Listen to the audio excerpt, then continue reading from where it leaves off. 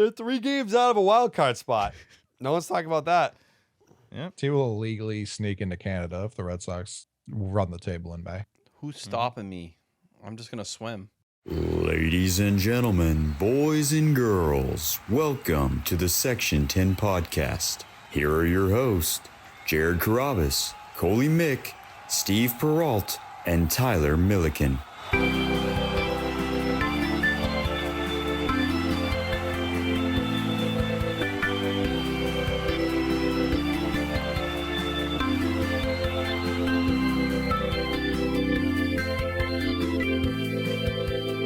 Okay, boom. Section 10 podcast, episode 614, presented by Kalshi. It is the home of your 12-19 last place Boston Red Sox, which is brewed by Blue Moon.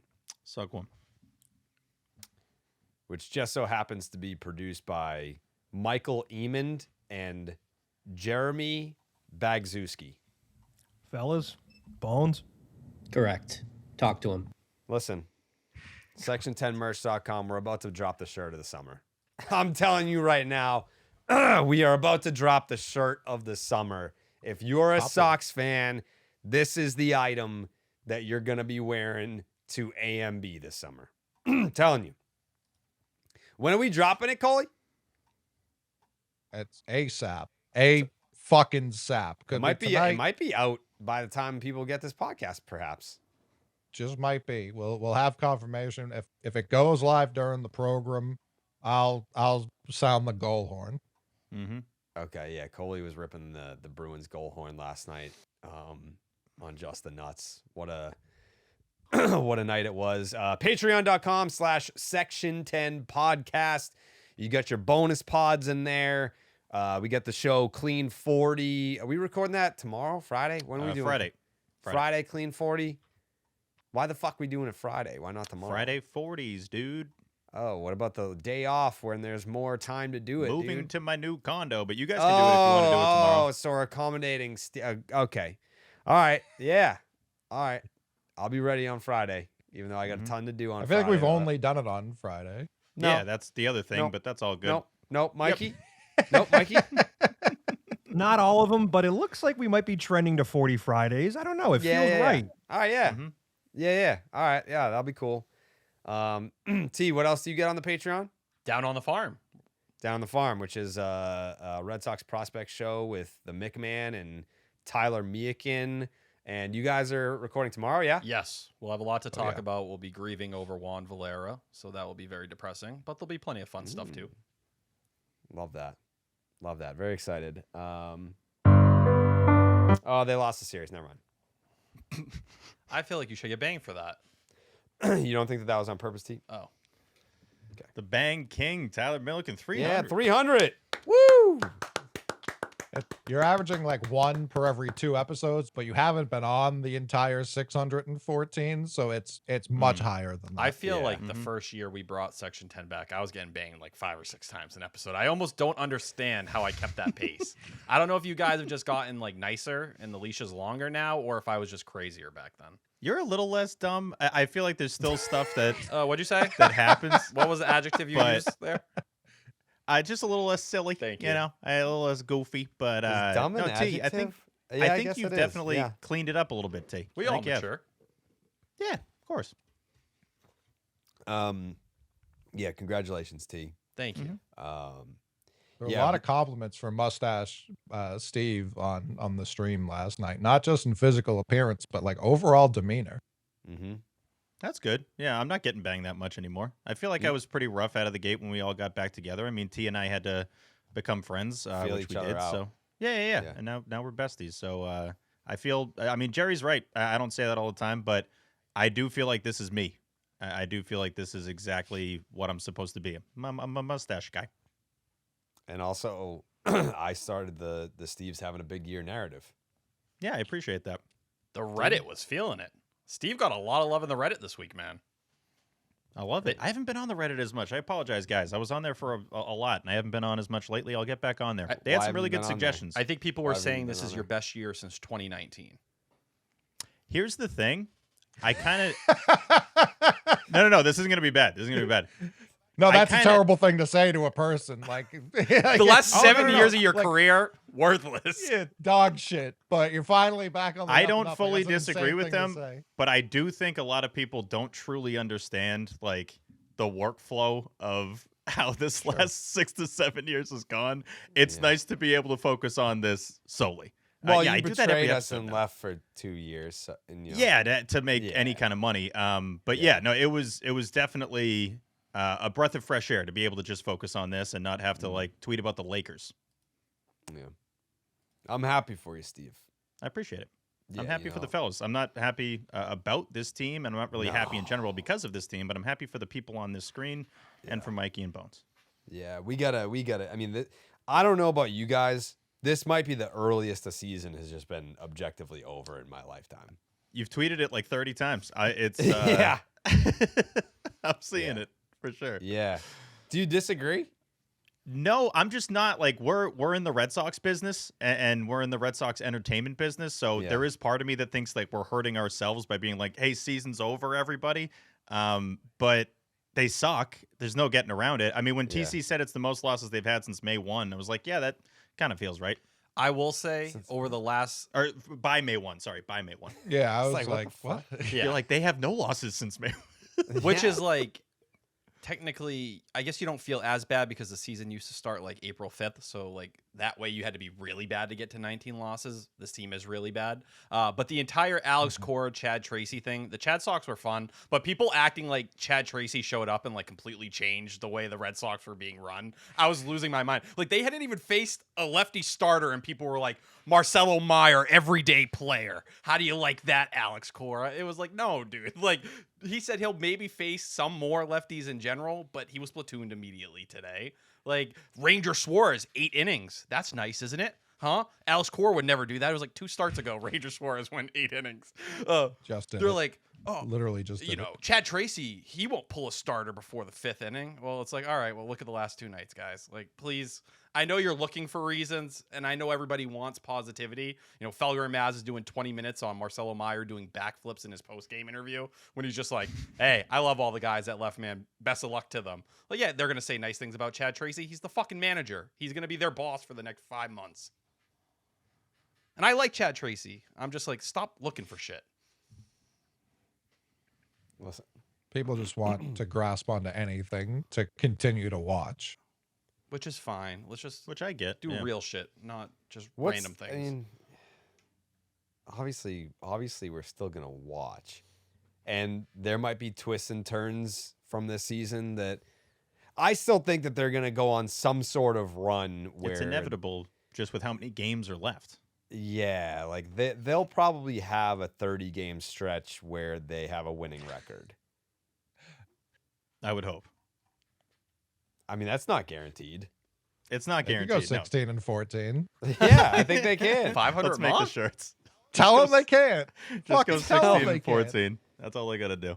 I mean, this league just sucks though. Like look at the Yeah, it's American still League East. terrible. The Yankees are in first place. They have a plus 47 run differential. The Rays -1. The Orioles -13. The Blue Jays -18. The Red Sox -16.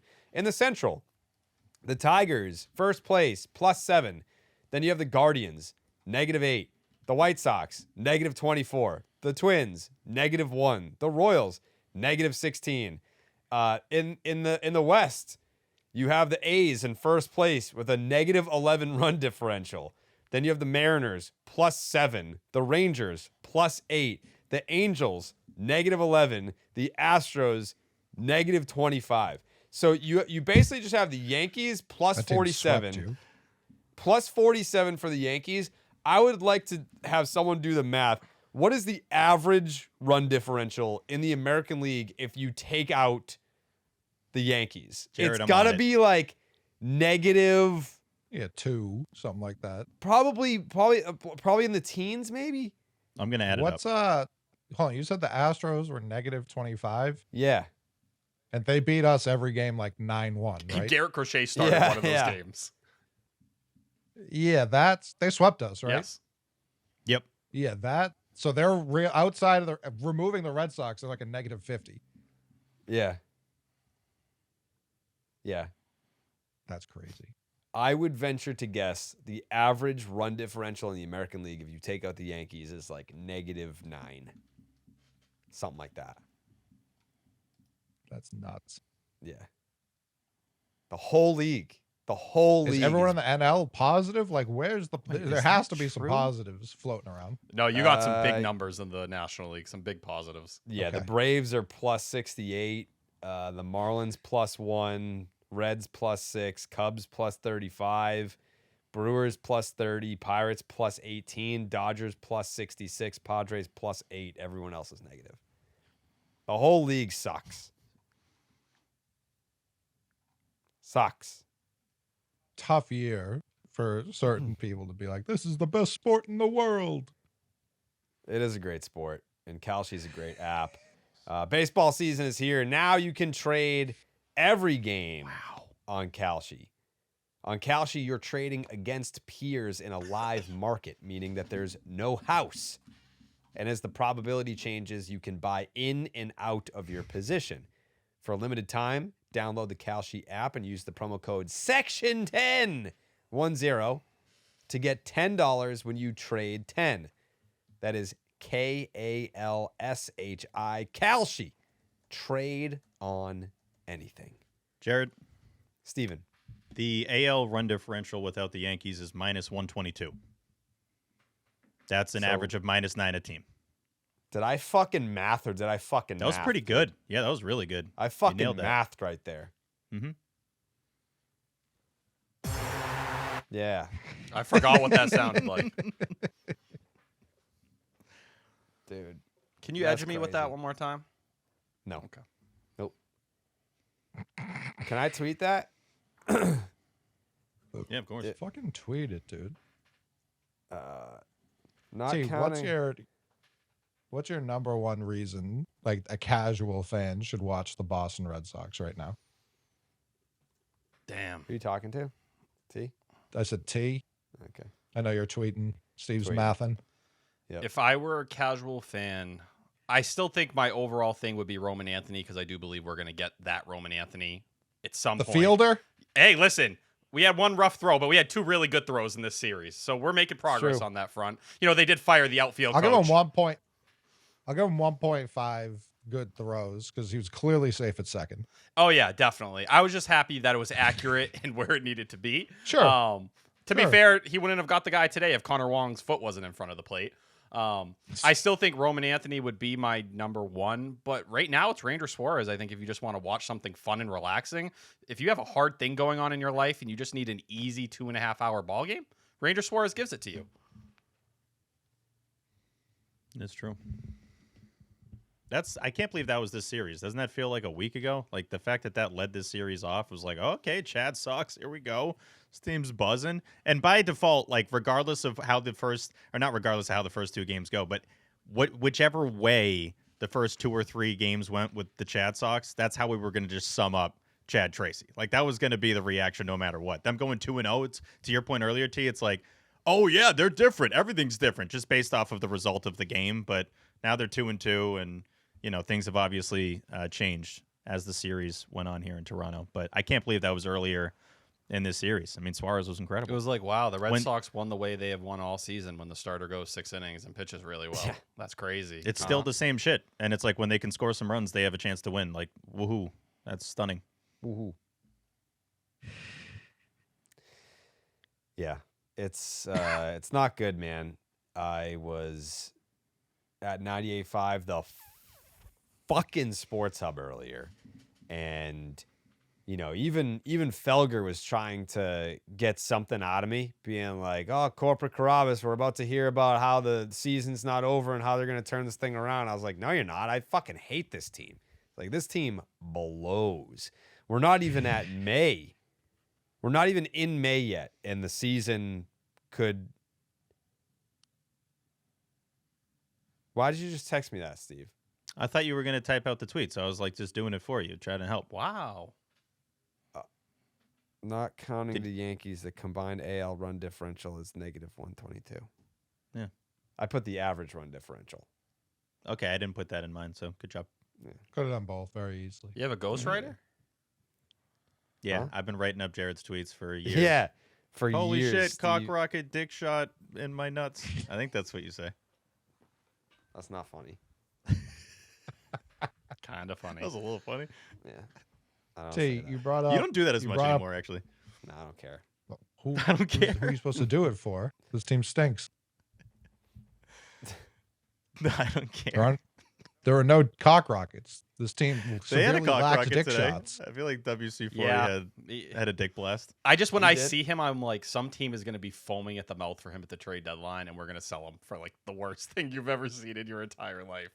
But 7 home runs in the first month of the season. I think he's only done that twice in his career. Can we talk about that for a second? Yeah. He's been awesome. So obviously, if Alex Cora has been fired and all of his coaches have gone with him, and Craig Breslow is the guy, it's like, all right, this is your team now. You're going to make all the decisions. How much faith do you have in Craig Breslow running this trade deadline and not having the Alex Cora influence or whomever? Like this is it. This is just all you. Are you feeling some type of way about that, T? He had Theo Epstein in the room, and he fucking traded for Dustin May. Like, genuinely, he had Theo Epstein to his right. I don't know if they spoke. I don't know if he made eye contact with him. I don't know if Theo can't talk anymore. But the fact that he was in the room when that trade happened, every Breslow deadline has been a disaster. There's not even an average one you can look at so far. So I'm going to expect him, if they have to sell everything off here to get me all these pieces to reset for the following year, that should be just as scary as watching what this team is right now. You should have no faith that he can complete the right deals to, stop you from maybe taking multiple steps back instead of coming back next year and being a team that's at least fighting for a playoff spot. Coley? There's not there's also not going to be baseball next year, so I think that will factor into. You okay? Yep. The mice fell. The mice? Mouse, whatever you call it, man.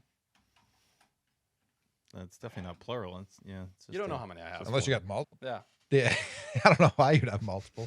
I don't know, man. I just don't have any. I don't like the leaks coming out immediately. Like they always happen. The Red Sox are like the best in the world at hit pieces because for some reason people still gobble it right up. And the original ones being like, we've always fucking hated Trevor Story. It's like, what are you talking about? You had What do you Jose mean? Flores during spring training be like, yeah, our models, the one Craig Breslow loves, said he was the 3rd best defensive shortstop in the American League last year. Craig Breslow also, before Alex Cora, was the loudest one during like the owners meetings being like, yeah, Marcelo Meyer, he needs to work out. He's not promised anything. Trevor Story is our shortstop. So your models back that. And guess what? If you didn't feel that way, you had an entire offseason to go do something to get a player who could hit number 2 if you didn't want Alex Cora doing that. You did none of that. Like, I've never seen someone leak. Like, every leak makes them look bad. Like, it's like they're trying Watch to, yours. like, flip it on Cora, and they're like, David Hamilton, huh? Yeah, what happened with David Hamilton? Look at him in Milwaukee. It's like, yeah, he can bunt. He has a 600 OPS right now. He Like, sucks. what are you doing? That's the guy? That's But when you also- know Hitting it you're too? reaching. That pissed me off so That- much. Their models, now I'm pissed. Their now I'm models pissed. also were like Get 'em huge banned. David Hamilton fans. Like clearly, we've been saying this for a while. Their models are awful. And it's also like Breslow talking about Christian Campbell trying to pin that all on Pete Fatsy. It's just like, why do you need every guy in the organization to hit their 100th percentile model for the team to just function?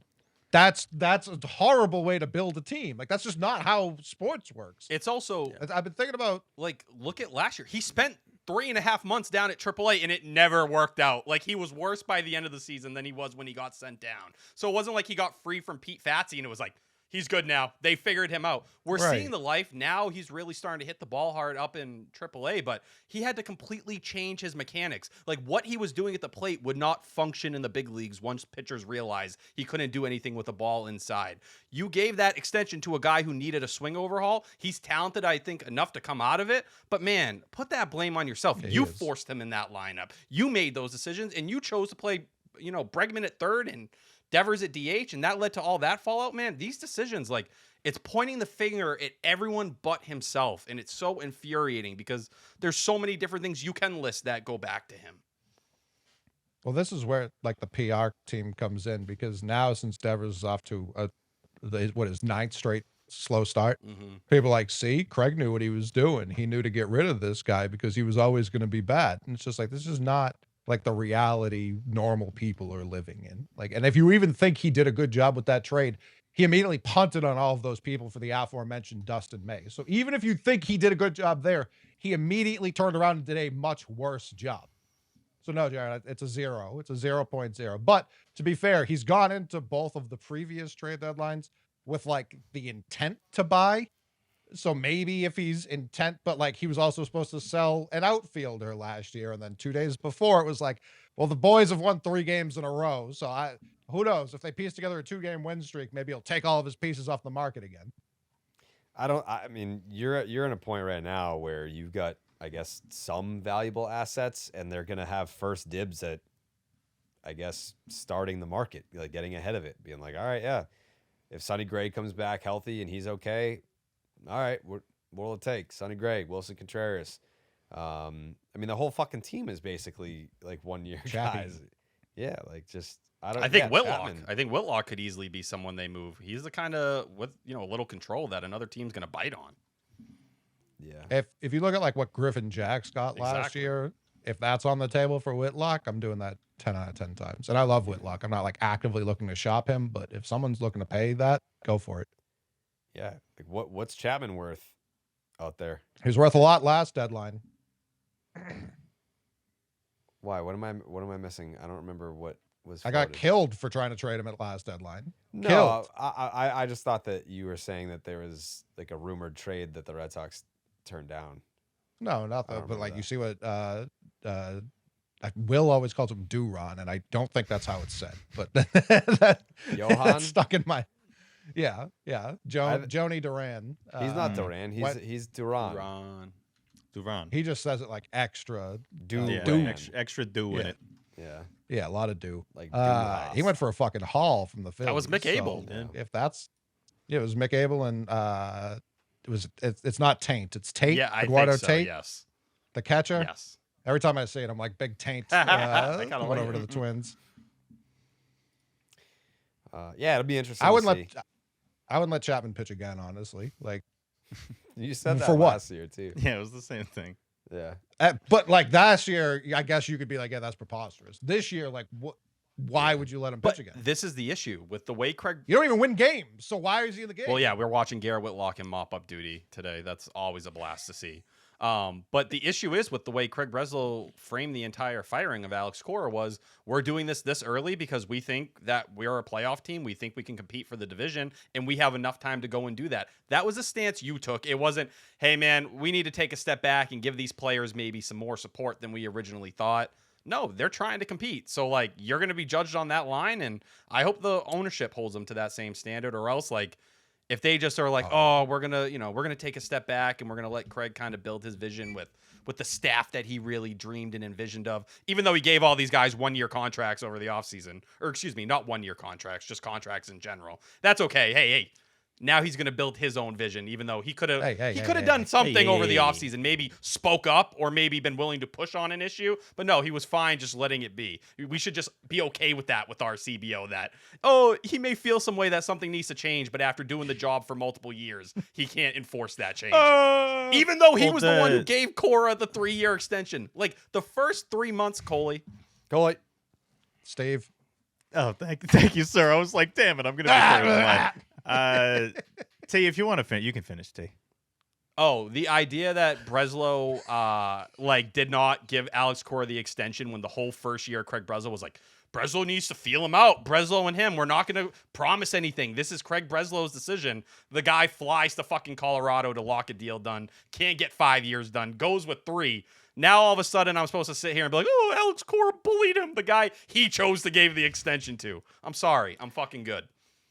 He's been pointing the finger for a while. Obviously, him and AC have not seen eye to eye. Coley, I saw that tweet and I fully agreed with potentially Breslow wanting him to hit Story second, and then he hits Durbin second to be like, here's the bag of shit that you think was going to be good on this team. I mean, because when we talked about it on the show, it was like, something's not adding up here. Like, why is and you can miss me with the whole, like, he has good swing decisions and all that. He's got Igloo as a baseball savant. Like, stop. I didn't want to see that. So that does add up. where it's like, okay, they're not seeing eye to eye, and all of a sudden now I'm going to put your guy in that spot and show you how bad he is. But we look at the deadline being 3 months off, and yes, in theory they can make deals early. When do they ever do that?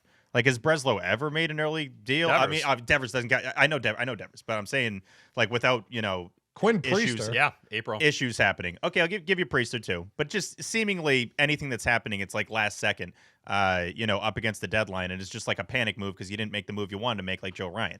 I still can't get over that tweet getting out. I'll never let MLB on Fox get over that. But it's tough to look at the deadline right now when, in theory, you would want the Red Sox to be aggressive, but then if you're a normal fan that actually wants this team to win, and they're like 10 games out of a playoff spot at that point, it's like, why would you want them to be adding players? It just wouldn't make any sense. But then Craig Breslow, why would he then want to trade guys off when he's got the target on his back at this point? It's all on Breslow now. So he's begging that they're at least in a position that he can acquire players to at least get another chance at a deadline to prove that he can bring people in here that make him look good, because everything's on Breslow. He can't hide behind Cora or anybody else anymore. I think that the thing that killed Heim that we talk about all the time was his indecisiveness, his refusal to pick a path.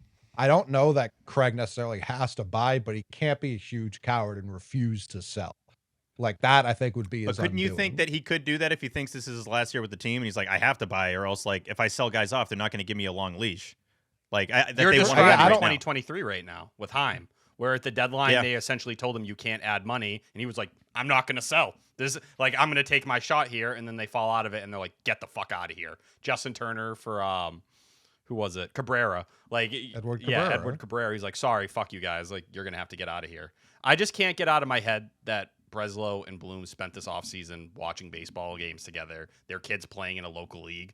I feel like Heim completely opened up to him and was like, this is what happened with me and Alex Cora. And in that moment, that little nugget was in Craig Breslow's head, and he's kind of been living in fear of it. Because maybe he had suspicions and questions, and now he's just, it overcame him, 3 weeks into the season? He couldn't resist the urge. It was like, I have to do something. I'm scared for my future. I'm scared for my job. This is what you saw. Like, they didn't even have coaches ready, man. Like, think about that. They played a game on that Saturday. They called up Pete Blackburn. Or, yeah. Like, what are we talking on that about? Sunday, they showed up, and players are, like, texting, like, who do I go to for the game plan? Like, we don't even have someone, like, set up here. That's a crazy place to be. We're still defining roles. Like, there wasn't even the foresight to set this situation up or get people in order. It was like every call up last year. It was always like, game starts in 5 minutes. Can you get here from Worcester? That's It's it. like, I guess. It was all last second, especially for a game that starts at 1 p.m. the next day. You're having your manager now be like, I don't fucking shit. Like, I know I've managed a lot of games before, but, like, I don't know these guys at all. Let's just jump right in there. And maybe that helped Tracy on Sunday because you don't have time to really think about it and you just go out there. But it's the timing of everything's weird. There's still more to come out, right? Like, there's more stuff that we don't know that's going to come out because the timing just seemed bizarre in terms of when they fired Cora. It just doesn't feel like you would do that in the middle of a series. If anything, it should be like tomorrow that they fired Cora. You get the off day, you're coming back home. Like, wouldn't that have made a little more sense? We haven't got the Globe story. That's the one I'm waiting on. Like, someone is going to put that piece in the Globe and is probably going to slam Cora and try to lift up Breslow, just based on where it's coming from. But we have a CBS story and we have a story from The Athletic. Those are our two big leaks so far. It just still feels like things were rushed to a certain degree, and like the exact plan. I don't know. It just feels like we're gonna find out more stuff. Yeah. Just when that happens. There was an interesting clip from Buster Olney saying that the way Alex Cora has responded, now he sent out a big email today kind of thanking everyone, but that some people were kind of turned off around the league by how he immediately responded with some of the posts, the Mookie Betts stuff, all that. Yeah. I do wonder if Cora kind of just leaves it at this point. Hey, everyone saw the email, me thanking everyone. I'm going to take this step back. Y'all can talk about whatever you want. I look like a winner no matter what, because Dombrowski just said at a press conference, he begged to hire me, and I said no. Like, at the end of the day, that is the win. Like, that's what you hold. It's being like, yeah, my girl broke up with me, but this other chick tried to bang me 24 hours later. What's good? Like, that's all you got to flex, bro. Dude, tried to bang him that night. That's it, man. I mean, she was at my front step, bro. Like, you don't get it. Yeah, and that's some Hall of Fame snatch that tried to get him too. Yeah, that's not just anybody. That's not, That's the Dave friggin' Dombrowski right Rays. there. Let me real quick. Mm-hmm. It was refreshing to see that answer by Dave Dombrowski. I almost forgot what it's like when he talks. I saw that clip and I was like, Mr. Rogers, I love you, brother. Like, this guy is just, he's so to the point. Yeah, I did try to sign Alex. I talked with Alex. It was a great conversation. Here's exactly Did you try to hire Alex Cora, and why? Yeah, I did. I talked to Alex. We never got down to the nuts and bolts of things because, but I did talk to him. I mean, he actually called me Saturday night. He Here's just exactly called what me happened. as a friend Saturday night after he had heard about it because I guess he calls me one of his mentors, and we talked, and he had never been through that before. We talked on Sunday morning. I think Alex Cora is one of the finest managers in the game of baseball. I say I've been fortunate enough to work with Hall of Fame managers like Tony La Russa and Jim Leland. I've been very fortunate in my career. I think if Alex Cora decides to keep managing, he has a chance to be in that same category. That's how good he is. And I talked to him on Sunday morning. We talked about potentially taking the job. I thought I had told him I'd really come to the conclusion at that point that if he took it, I was going to make a change. And I thought that he might take it. But as time went on over the next day into Monday morning, it was apparent from his perspective that he wanted to take time with his family. And he's paid for, and it wasn't because of pay, it wasn't because he's paid through the next year, but he just felt that he wanted at this point to be a father first and foremost. And so that's what he had decided. It reminds me, Jerry, not to go big picture here, but in life, just be honest. I feel like things go so much better when you're just upfront and you tell the truth and you're not just trying to lie the entire time. Not saying the Red Sox do that all the time, but they do that a lot of the time. And going from Heim and Breslow and what we've heard from both of them publicly in press conferences and just their delivery and how they talk to then hearing that, it's like, golly, we've a complete 180.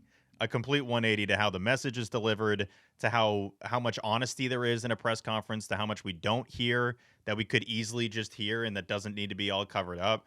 I watched that clip like 3 times just to make sure I heard it right. It's just like, yep, I offered Alex the job. We talked Saturday, and he said, he might do it. And then Sunday, he said he wants to be with his family. Those are the 2 calls we had. And just going through it and explaining. And you don't have to do this. And I think sometimes in past years with Section 10, we used to say, like, maybe Dombrowski's maybe saying even a little too much, because then you lose some of the leverage at the deadline and all that. But it's refreshing, Jerry, just to hear this is what I was thinking. And for a firing of a manager, by the way, I thought that was like as smooth and respectful on both sides as possible. It was classy by Thompson to do a Zoom and talk about how he wants the guys to still win. I was like, y'all are in a much different spot than the Red Sox, man. We got the Orioles backdrop. I'm like, what is happening here? Dave is just very clearly explaining what happened, and we got to do all these little, jigsaw puzzles to find out what's going on in Red Sox land. It's the worst. I miss Dombrowski. Like, it was almost like a fever dream. Like, I remember They're going through hell in Philly right now. Oh, of when course. he it's a got mess. hired, just like, what was it? He got hired during like the summer of 15. Mm-hmm. And I remember his like first game at Fenway, he was like sitting behind the glass and like Jackie Bradley Jr. made like a sick catch and he was like, wow. And then everyone was like, see ya, Jackie. Like he's like he has identified you as an asset. And from taking a last place team, inheriting a last place team halfway through, but Maz talks about this all the time. That September in 15 was when, you had Rich Hill Magic and Mookie and like all those guys were coming into their own and you started to see a glimpse of what was to come in that final month of 2015. So even though it was a last place season, you were like, all right, the pieces are here. I remember the first game I ever went to with Coley was in 2014. And we were like, all right, yeah, like our shortstop is at third base and our second baseman's in the outfield and all this stuff. But I was like, but we're going to get there. Like the pieces are starting to pop up. Like Mookie made his debut in September of 14. And then, it was just a situation where Dombrowski immediately inserted his authority and professionalism and infrastructure that he had used in other organizations to build them from the ground up into a World Series team, or B, a team that should have won the World Series in Detroit. And it was just like overnight. You felt different when Dombrowski was doing it. Since then, I mean, it's all guys who are trying to learn on the job versus like Dave Dombrowski's like, I've been doing this shit, dude. Like not only have I been doing it, I've done it in multiple organizations. I've done it multiple different times. Now, like he got fired 7 years ago almost. Jeez. And everyone that they've brought in since then is like, yeah, man, I've never fucking done this before. I don't know what I'm doing. We'll figure it out, I guess. And then they don't. There was a thing in that end of 2015 season that this kind of been on my mind a little bit with the Chad Tracy Red Sox that we see. Torey Lovullo took over for those final weeks of the season. And that to Mookie and to a lot of those younger guys was like the moment for them where they felt comfortable. They were able to actually kind of grow a little bit. I think that's one of the things, going back to what you said, Coley, if you're a casual fan, seeing what Marcelo's been doing. And listen, Marcelo didn't start hitting because Alex Cora isn't here. Dude was hitting before that. And you could check the podcast receipts. I've been telling you the metrics on Savant. He's been a lot better than what the surface line stats were. But maybe with Chad Tracy, some of these younger players do start to take that step and grow. And like, I don't know. I guess that's one of the few things I would cling to. And I'd also say at the end of 2015, it's still extremely funny to me that they hired Dave Dombrowski and tried to convince Ben Cherington to keep his job as the GM. To hire someone to be your boss and then be like, hey, buddy, like, I got some crazy news for you. You got a boss. You no longer make the decisions, but you're free to hang out here if you like. I mean, the difference between Dombrowski in Detroit and Dombrowski in Boston was Ben Cherington not trading a lot of the players that were the core that a team like Detroit simply didn't have when he inherited that team. It was kind of similar a little bit, not quite at the major league level. There was still room for it to kind of finalize. But with Craig coming in, it was like this whole wave is here. Yeah, they needed a year or two to fully get up to the big leagues, but that's the saddest part of what we're watching right now is this is supposed to be the 2016, 2017 seasons, bare minimum, where you're in the playoffs, you're pushing for that. Now it feels like you've taken a step all the way back, and we don't know what's going to happen afterwards. I wonder, man, if they look at the next CBO and what that could be, if it's Derek Falvey, someone who has experience that they can get in the door. I really feel like they can't go back to another first-time guy, and I think the biggest nightmare is they stick with Craig Breslow and say, man, we committed to you over Cora. We got to give it another year. I don't see the light at the end of the tunnel. Coley, I would pick you. I would. I did some poking around earlier today asking about what, T? You're going to say Falvey? Huh? You said poking around. He has no idea who that is. Who is that? Derek Falvey, who used to run the Twins. He's a local guy from Lynn. Continue your sentence, Jared. I did some poking around today because the contract of executives is not often public. I wanted to see when they hired Craig Breslow, was it a 3-year deal? Was it a 5-year deal?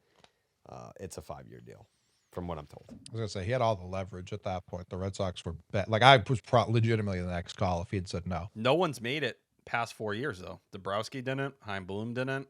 Right now, Craig Breslow, good luck, man. He could get fired next August, and he still wouldn't be there. Lockout might extend him, honestly. Yeah, that might save him. Why? Just like if it doesn't happen like this season, they literally can't do it during the lockout. And think about it. They can't fire him during a lockout, but I don't know. I thought you meant like because the lockout, it doesn't count towards the 5 years, which it does. Oh, no. I'm saying like if he still has a job by the lockout, I don't know that like the lockout's going to end. Their first move is going to be to fire a guy. I don't think that they've made that determination. And yeah, I'm just very curious to see how he handles this trade deadline, because logic would tell you it's the right thing to do to trade your veteran assets and whatnot. But if you strip this team down completely and you're already a last place team, how do you build it back up in one offseason? How do you do that? Because Coley and I on Just the Nuts last night, we were going over the free agent class. There's not a whole lot doing in that regard. So you already did your offseason this past winter, where all of your additions were essentially trades with the St. Louis Cardinals. But you've dealt from your prospect capital to bolster your roster, and what you ended up with was a fucking dog shit last place team. So if there's not free agents, then what trades are you going to be able to pull off to make your team better? You have the thing. But that if you're stripping it down this year, it's not like you're trading these guys for nothing. No, right? you're going to get some prospects. Like what does Sonny Gray fetch you? What does Wilson Contreras fetch you? Maybe your oldest How much Chapman money gets you you a gonna nice. Yeah, like that's the other thing too. Is like Sonny Gray costs fucking like $40 million. Well, that's it. And then you're factoring in the luxury tax. Like, are they going to just, it's going to be really hard for them to get under the first luxury tax. I think Red Sox payroll had a pretty good tweet of, you would be taking entire contracts of guys like Trevor Story in order to make that happen. But do they bare minimum try to get under the second luxury tax and go from there? Like, these are the kind of things, and it's probably going to reset with the upcoming lockout. Maybe they don't give a fuck in general and they just move on. But yeah, these are all the things you're going to be talking about. You're also going to have another draft class. So you'll have more ammunition as you draft, and say what you will, I think the most valuable thing you can have is pitching, and that's what they have. It's just, do you trust the guy to go get the offensive talent you need to, survive and be the team that you were hoping to be this year? That's a hard ask. Yoshida's still going to be on the books. Trevor Story's still on the books. Like, these guys aren't disappearing. But that would send a They are- message. If you DFA'd one or both of them and you're just like, enough is enough. Like, if we're going to actually start over and we're actually going to be like, listen, we're moving in a completely different direction in terms of roster, and we're going to build a new culture here. And that would send a wild message. So you want to fucking get like the dirt. Yeah, I think that's how you burn it all to the ground, is if Story got DFA'd. I think people started to wonder. I thought IKF there was a chance today. When Nate Eatongock, the tweet came out, I was like, whoa. Like, is this going to be their, like, and this is not the perfect comp, but like, in 2018 with Hanley, like, you give it a month, and now we know some of the extra details too. Shout out Brock You Holt. can't be threatening to shoot. Oh, but it was like, yeah, this just isn't going to work, man. Like, I was like, maybe this is Breslow being like, you know what, I'll admit I fucked up on IKF. Everything else, no. But IKF, get the hell out of here. No, it's okay. Garrett Crochet is going to get hurt. Don't worry.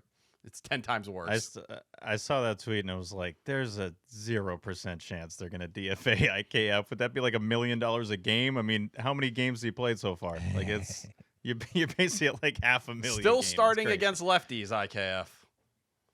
Ugh, God. Well, that's because it's Craig running the lineup. Like, that's to what Steve was saying about what I tweeted. Like, I fully believe that's the only reason Durbin was batting second. It was a small middle finger to Craig Breslow. The way I read that was with Caleb Durbin is who's the guy Alex Cora compares him to more than anyone. Almost every single time you put a mic in front of his face. Dustin Pedroia. Where did Dustin Pedroia hit in the lineup? 2.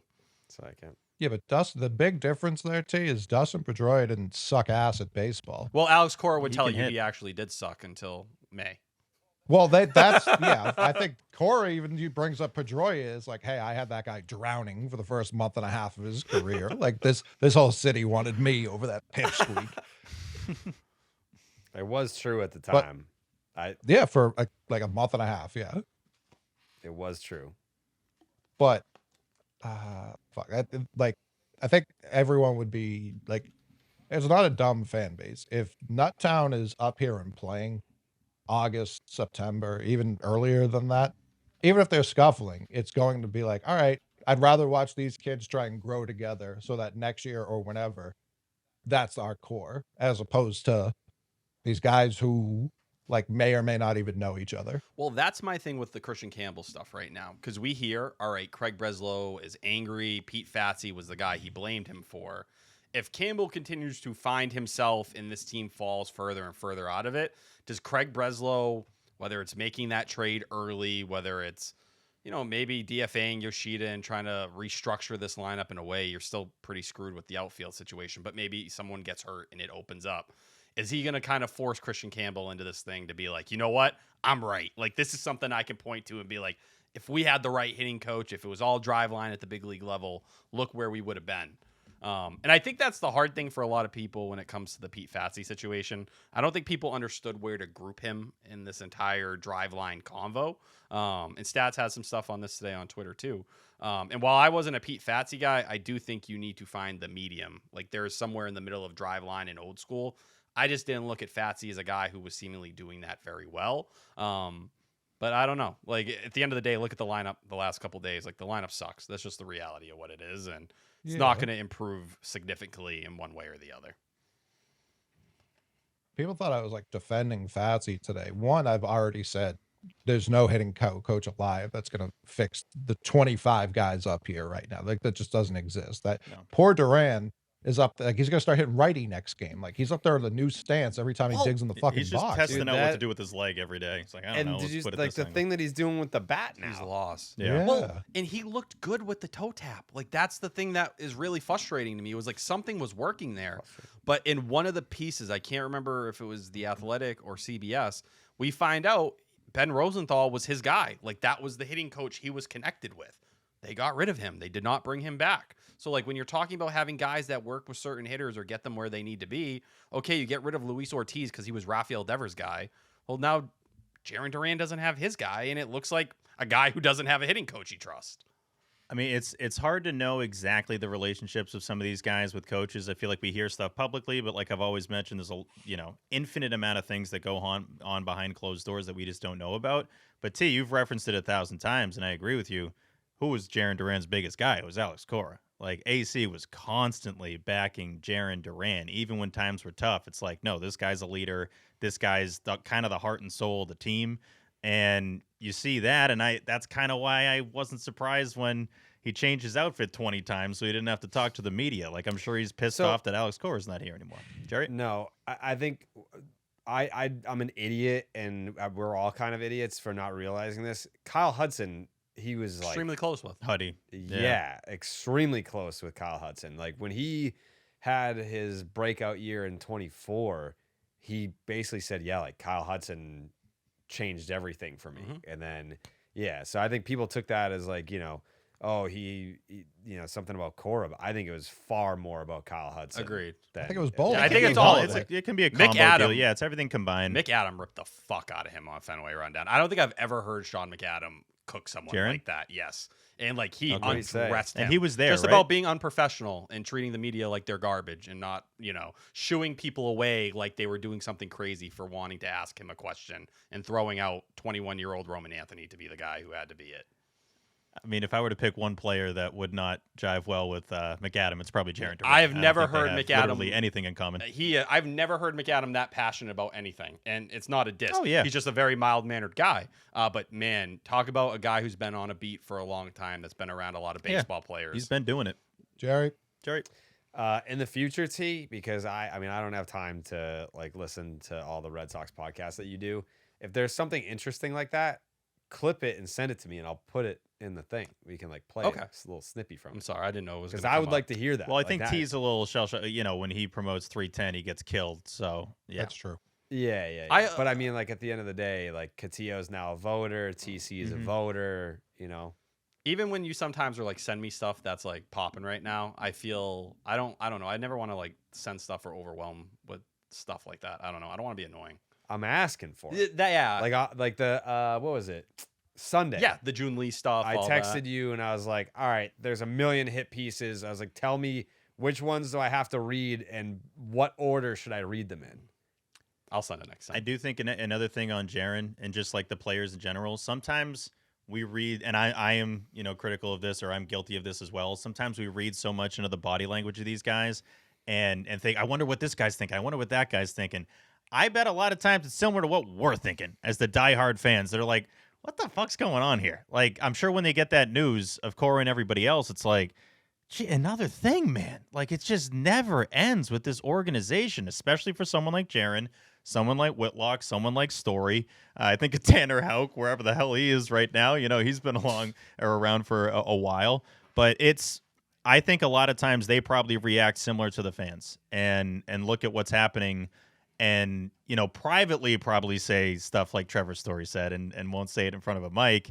And there's a good chance Jarren's just trying to protect himself from saying something stupid. But That That's doesn't exactly excuse it. what I mean, he's doing. he should have answered questions, but yeah, I'm not surprised McAdam was pissed at that. Jerry, I'm not gonna defend Jarren Duran here, but I mean Duran had this 9-WAR season, All-Star Game MVP, this and that, doubles out the ass in 23 and 24, and I don't think he was approached about an extension. No. I would feel some type of way about the organization that way, and then Roman comes up and has like a good 2-3 months, and then they give him $150 million. I'm not saying this is his line of thinking. I haven't Rafaela talked to got him. extended. Huh? Campbell Campbell, got extended. If we're thinking like Yeah, that. Campbell William got was like extended, approached. Bello, Rafaela, everyone's getting extensions up in here. But it's like Roman got crowned. Casas was approached. mm-hmm. Yeah, so like Duran is like, Even William. the managers saying that I'm a leader. I'm winning the All-Star Game MVP. I'm doing all this. I'm wearing, like, I'm out here. I know that people are gonna roll their eyes at this. I'm out here signing all the autographs for all the fans after the game, and they're saying this guy is the face of the team. This guy's the face of the franchise. All right, you answer the questions then. Why do I have to do that? Like, if Well, I'm that just a guy that on would the be team, exactly why. That reaction. Why what? That decision right there is why. I don't think he's. came after I the don't. fact. It's Well, that's not like chicken or the egg. Yeah. No, it's not like it's not like he's running for class president and he's like, I'm the team leader and here's why. Like, I don't think he's advocating for himself, but I think knowing him, I'm not trying to speak for him. This is not coming from him. Haven't talked to him about it. Knowing him, he was probably really upset about the Kyle Hudson thing. And then there's been times where we've asked him before he actually did come on the podcast. There's been times where we like asked him to come on the podcast and he's like, I don't want to do it because I'm afraid I'm going to say something stupid. That's what he said. And every that's time. under normal circumstances. You like fire one of his closest friends and then you stick a microphone in front of him. Absolutely, he would have said something that he would have gone on to regret or been like, fuck, I shouldn't have said that.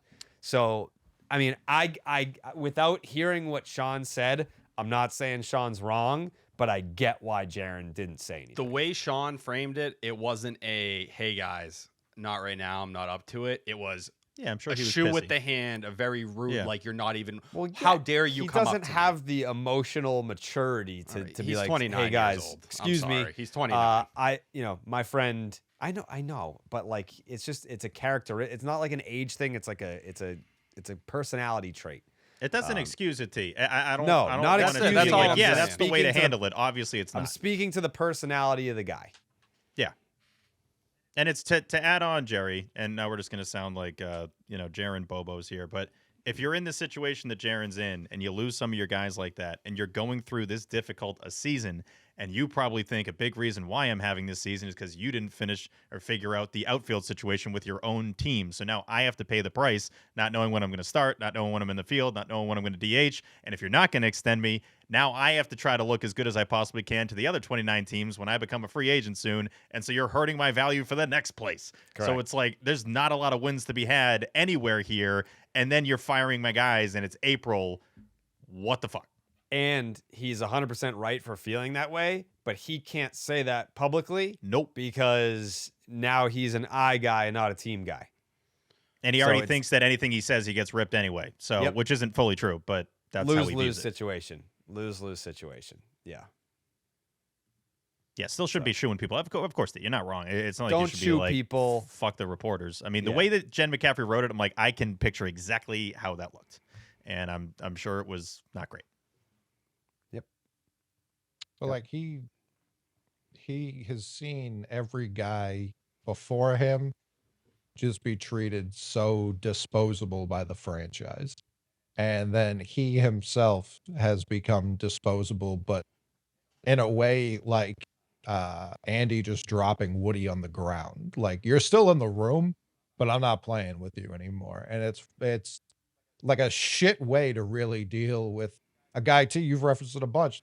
Craig was the one calling him the 9-WAR player all winter long. Like we won't trade this guy for a penny less. Could you get a penny for him right now? I think you Could could still get And that's the value Red for Sox him. doing. That's not necessarily But his. he was also, the keys were in his pocket when the season started. They were not playing to play Yoshida regularly. He played like garbage. They got desperate for offense, and that's where they got. No doubt, but you're like Craig. You're removing the human element. No, I'm not. I understand where he's coming from. I fully get it. I think in that situation, I think throwing Roman Anthony out there, I'm not a fan of that. I don't think it's the right way to go. I don't think he. I'm he not didn't either. Throw I've him out talked there. about it last That's what episode. happened. He was the first one who had to speak to the media. Yeah, but did Jaron say go fucking talk to that No, guy? they went up Or to was him it and just- waved him off, and that left Roman.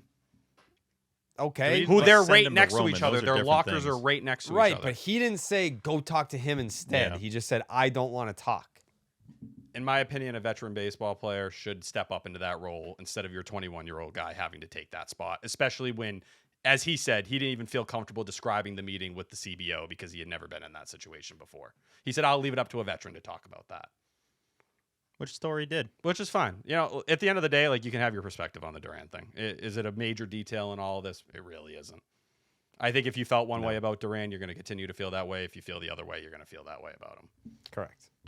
I will say, Coley, your point, I'm upset I didn't think of it. That's it, because I speak in Toy Story, so I thought that was really, the Woody point was spot on. I continue to refresh my mentions. I don't see any apologies. I don't see any you were rights. I don't see any of the people who fucking lambasted me 2 years ago. And I was like, I think that's probably the guy to trade. No, fuck you. Even he's told me, like, yeah, I don't think that was crazy in retrospect. Like, if he's over it, the rest of you fucking people, what's going on here? Right. Guys,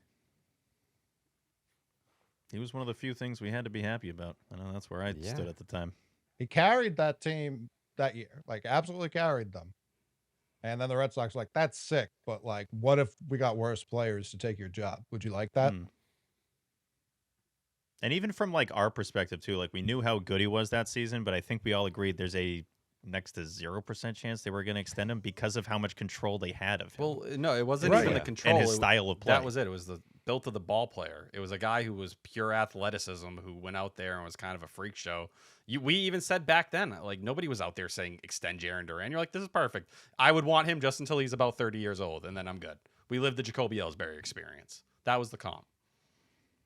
But they never Jacoby like, had more actively pop. tried to replace him while he was playing. They waited till he was done to do it.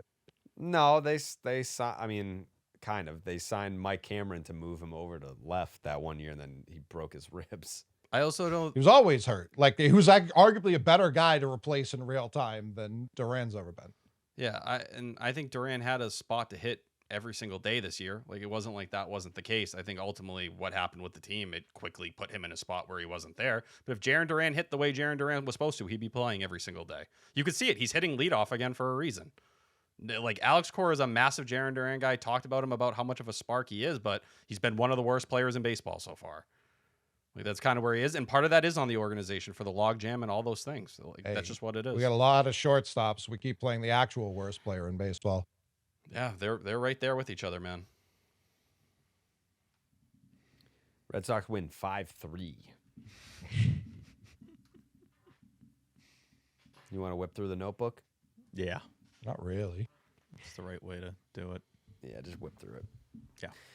Life insurance isn't about expecting the worst, but it's about making sure the people you love are supported no matter what. Ethos makes getting life insurance fast and easy 100% online. You can get a quote in seconds, apply in minutes, and get same-day coverage. There's no medical exam. You just answer a few simple health questions. You can get up to $3 million in coverage. Some policies are as low as $30 a month. As of March 2025, Business Insider named Ethos the #1 no medical exam instant life insurance provider. Ethos has 4.8 out of 5 stars on Trustpilot with over 3,000 reviews. I counted those all by hand. That is a lot of reviews, folks. Protect your family with life insurance from Ethos now by going to ethos.com/section.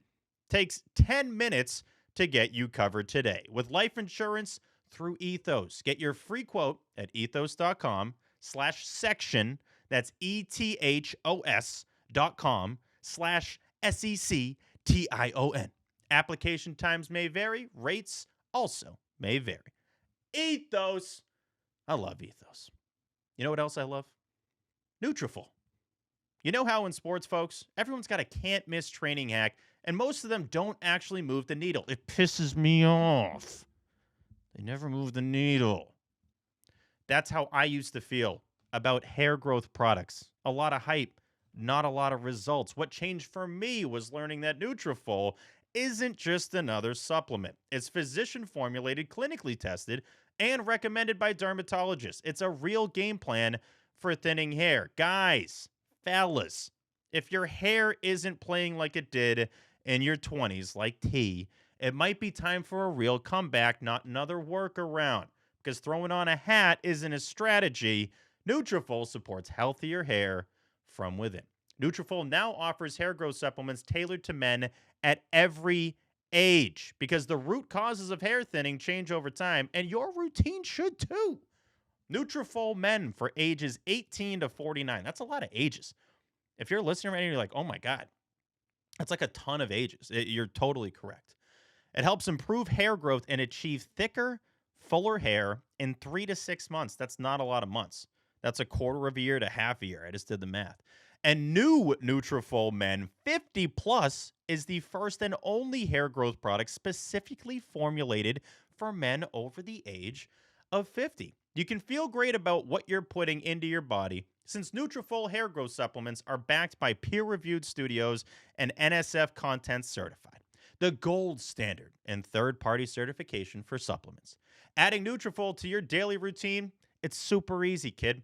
Order online, no prescription needed, with automated deliveries and free shipping to keep you, my friend, on track. Plus, with the Nutrafol subscription, you can save up to 20% and get added perks to support your hair growth journey. Start Nutrafol today and make the hat go away. Visit Nutrafol.com and enter promo code SECTION10 for $10 off your first month subscription and free shipping. Found out why Nutrafol is the best-selling hair growth supplement brand at Nutrafol.com, spelled Nutrafol.com,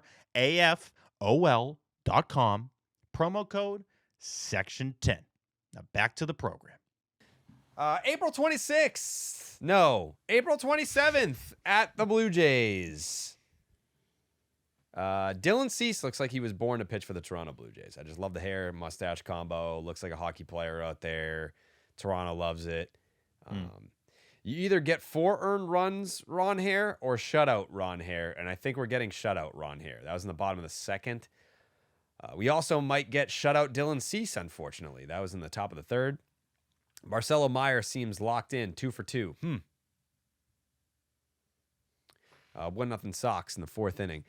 Cease just did a dumb throws, went into center on a pickoff attempt, and then falls off the mound trying to make a play. Duran in from the back door. 2-0 Sox in the 5th. Willier with a rocket double to right makes it 3-0 Sox in the 5th. The only thing that is keeping me from completely giving up on TS10 this year is how long it took him to get going last year. These at-bats look fucking hopeless. Once Caleb Durbin starts finding grass and driving in runs, you know it's not your night on the bump. 4-0 Sox in the 6th. Cap goes deep, and the Red Sox have homered in 5 straight games. It feels like I'm actually watching a baseball team, ? 5-0 Sox in the 8th. Ron Hare was such a fun watch tonight. I'd send him back out to finish it. That was in the bottom of the 8th. He did not finish it, though, and that's okay because it was 105 pitches, 66 strikes, 8 innings, 1 hit, 0 earned runs, just 1 walk, and 10 strikeouts to lower. What?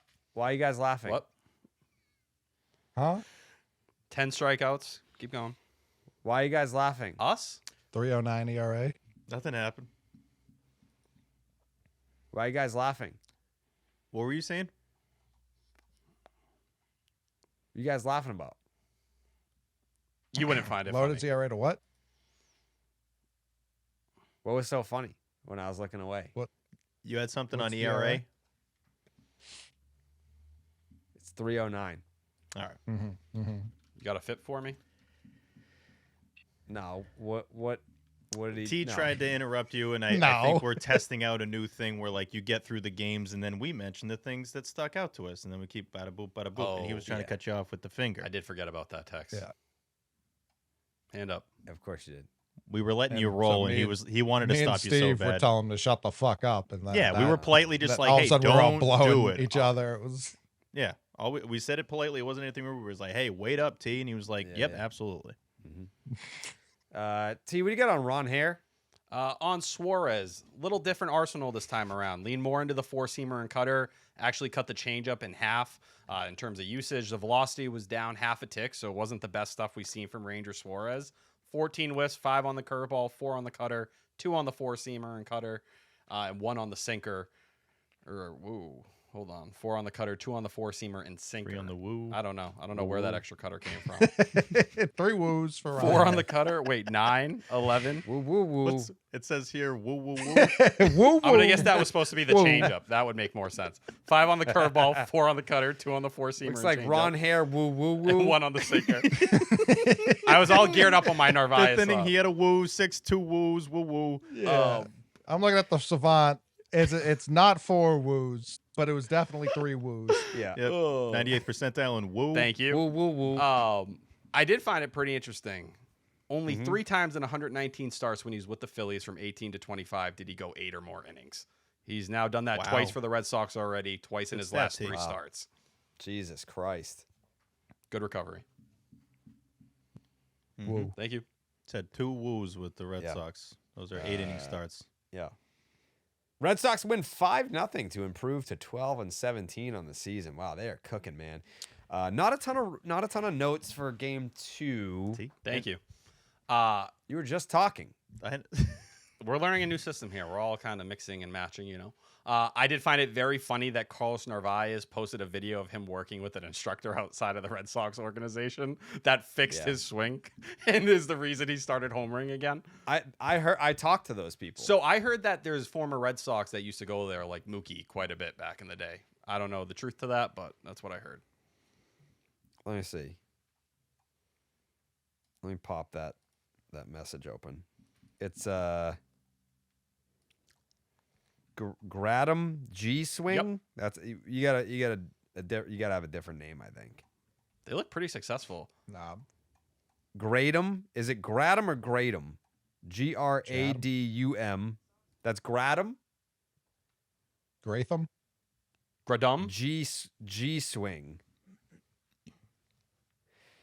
Well, they're doing great work, man. They did Christian Vasquez. Okay, here it is. We did the Christian Vasquez turnaround after the 2018 World Series, went from 5 bombs to 23 the next season. Mookie hired us after the London series that same year, and now working with Carlos Narvaez to help him. It's working. Keep doing it. They have locations in Waltham and Andover.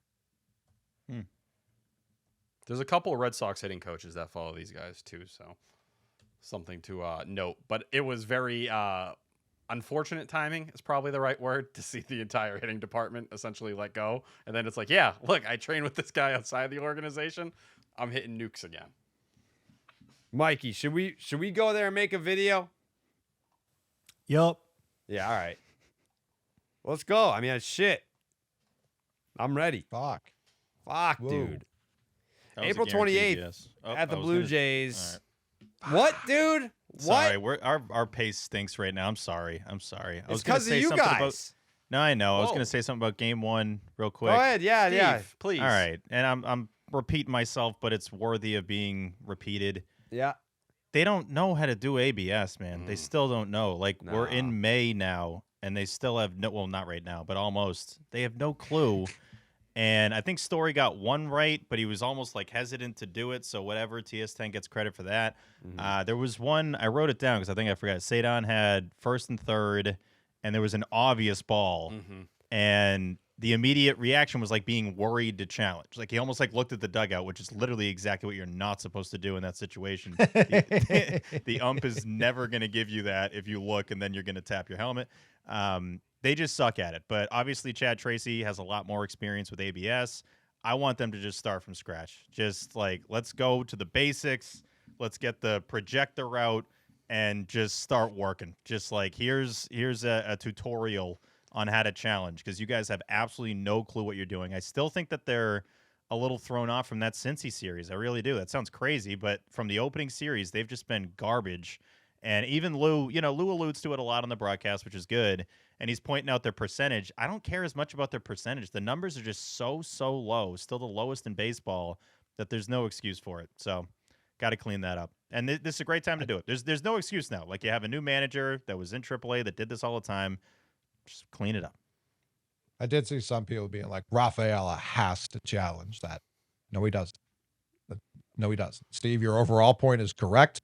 Yeah. Rafaela is going to get one that he's supposed to challenge, and it's going to be wrong, and people are going to be like, why did that fucking idiot challenge? Like, He's gotten a couple should right, continue to hesitate. I feel like he's gotten a few right. Maybe. He had a really I mean, bad he knows the one zone better at this point. couple weeks and ago. I hate to call up my guy. I had 2 more quick points, Jared. Yep. First, if I'm not mistaken, and T, correct me if I'm wrong. Any of you correct me if I'm wrong. We watch a lot of ball. There's a chance that Nesson is the only broadcast that doesn't show the challenges on the score bug, and it makes no sense to me. I don't get it. After the Sox game, I'm always going over to the Padres to hear Don, checking the Dodgers out for who they're going to walk off, and they have the challenges on there. They always have the little 2 dot. It's the easiest thing to add to a score bug. I do think, maybe I'm wrong, I feel like the Nesson score bug's gotten smaller as the season's gone on. I haven't noticed it as much as we did on opening day, and maybe it's because we made a huge deal out of it. But I just don't get why they don't have the challenges on there. And just speaking of Nesson, I hate to do it to my guy too, but it was a hard F from Jahmai. Holy it fuck. went he went like I forgot about that. Yeah. We can't be banging Jahmai in a time like this. I mean, I know. I don't think you should We're get not tossed. setting the Like, Jahmai's standard the now. best. What are we doing? Jahmai released a statement. Oh. Okay. Because I I'd like to hear tweeted him that. immediately. I was like, I heard that. And my guess is that he didn't know. Like, he probably started panicking once he saw all the replies. Mhm. Oh my God. Was this in Canada? So Yeah. Had to have been. So he said, I see the people are calling for it, but I cannot be facing suspension. I am needed north of the border. Maybe we sweep this one under the rug, ? Considering I do believe this would make me a first-time offender.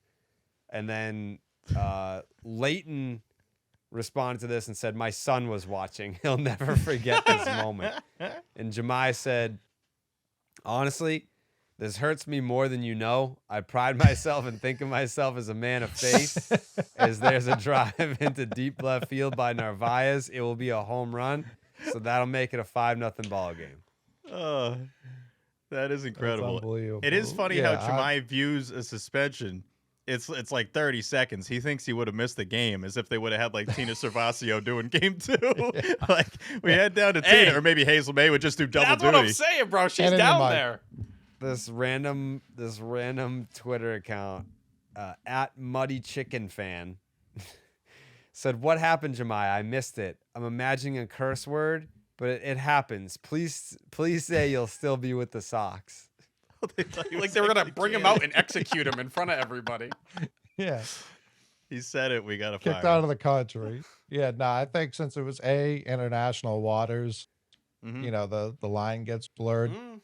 And right now, with morale where it is, we just can't have Jahmai getting banged. I mean, Jared's It's conflicted. in his hands. yeah, now I'm pissed. Yeah. Have we ever given someone a pass? Will Fleming didn't get a pass. I mean, Will just started doing it so much that we couldn't keep track. Yeah, you he know? kind of had to. Again, it was the pine tar thing where it's like he's got a huge glob in his neck. I got to toss him. Yeah. I will say there's something going on in Canada where the Blue Jays get extra time to decide if they want to challenge just a play, like a safe call or something. I have never seen a team get so long. John Schneider would be looking back and forth about 5 or 6 times. Everyone's waiting. The game's supposed to be getting played, and they'd be like, I don't know. That is insane. No other team gets that long. It was The noticeable. first one in Baltimore, that the play at third with Rafaela, I thought Chad was looking back for an hour. Well, and a we half. know Like, now can they didn't have somebody- enough coaches. Can somebody please tell? No, I know, but I thought Yeah. that one was like, all right, like has time expired yet? I'm convinced he said no because he just hadn't heard anything yet, and he's like, I gotta say no, I can't. He was like, I keep looking. There's no one back there. Yeah, they're I keep pointing to hoping nobody. someone Like he else doesn't will. know where Know the how the phone phone is. Maybe is. just wasn't looking in the right direction.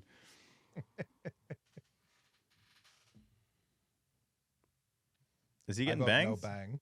No I bang. vote no bang. Coley brings up a good point with in Canada. This was not a United States offense. I mean, Canada, I feel like would come down even harder on something Yeah, like this. typically. No. I don't know. What do you get for murder up there? What murder? What murder? Canada murder laws.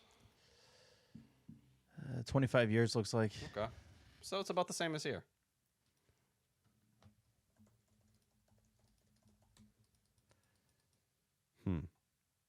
Yeah, Jahmai would probably be in his low 60s at that point. That's not bad. Got a lot of life Mid left. 60s. What's up, you guys? As you know, Tyler Milliken, I live a very, very chaotic life. Things are constantly going wrong. I'm all over the place, but I continue to get by. And with less than 2 weeks until Mother's Day, Oriframe is the perfect product that can maybe put that chaos in a box, so instead of stressing your mom out, she can look back on a great memory. A couple years ago, I got in an awful car accident, crashed my truck right into a telephone pole. Now listen, I didn't have my phone on me. I wasn't ready. I wasn't prepared. I was on my way to a college final at the time. But I was able to stop a stranger who let me use their phone. And when I called my mom, not only was she angry, but she showed up because she loved me. There's a infamous picture of me standing there, and I'm about to cry. I'm a mess. I'm depressed. All those awful things. But it's me and my mom standing there, and I always loved that picture because it kind of represented our relationship.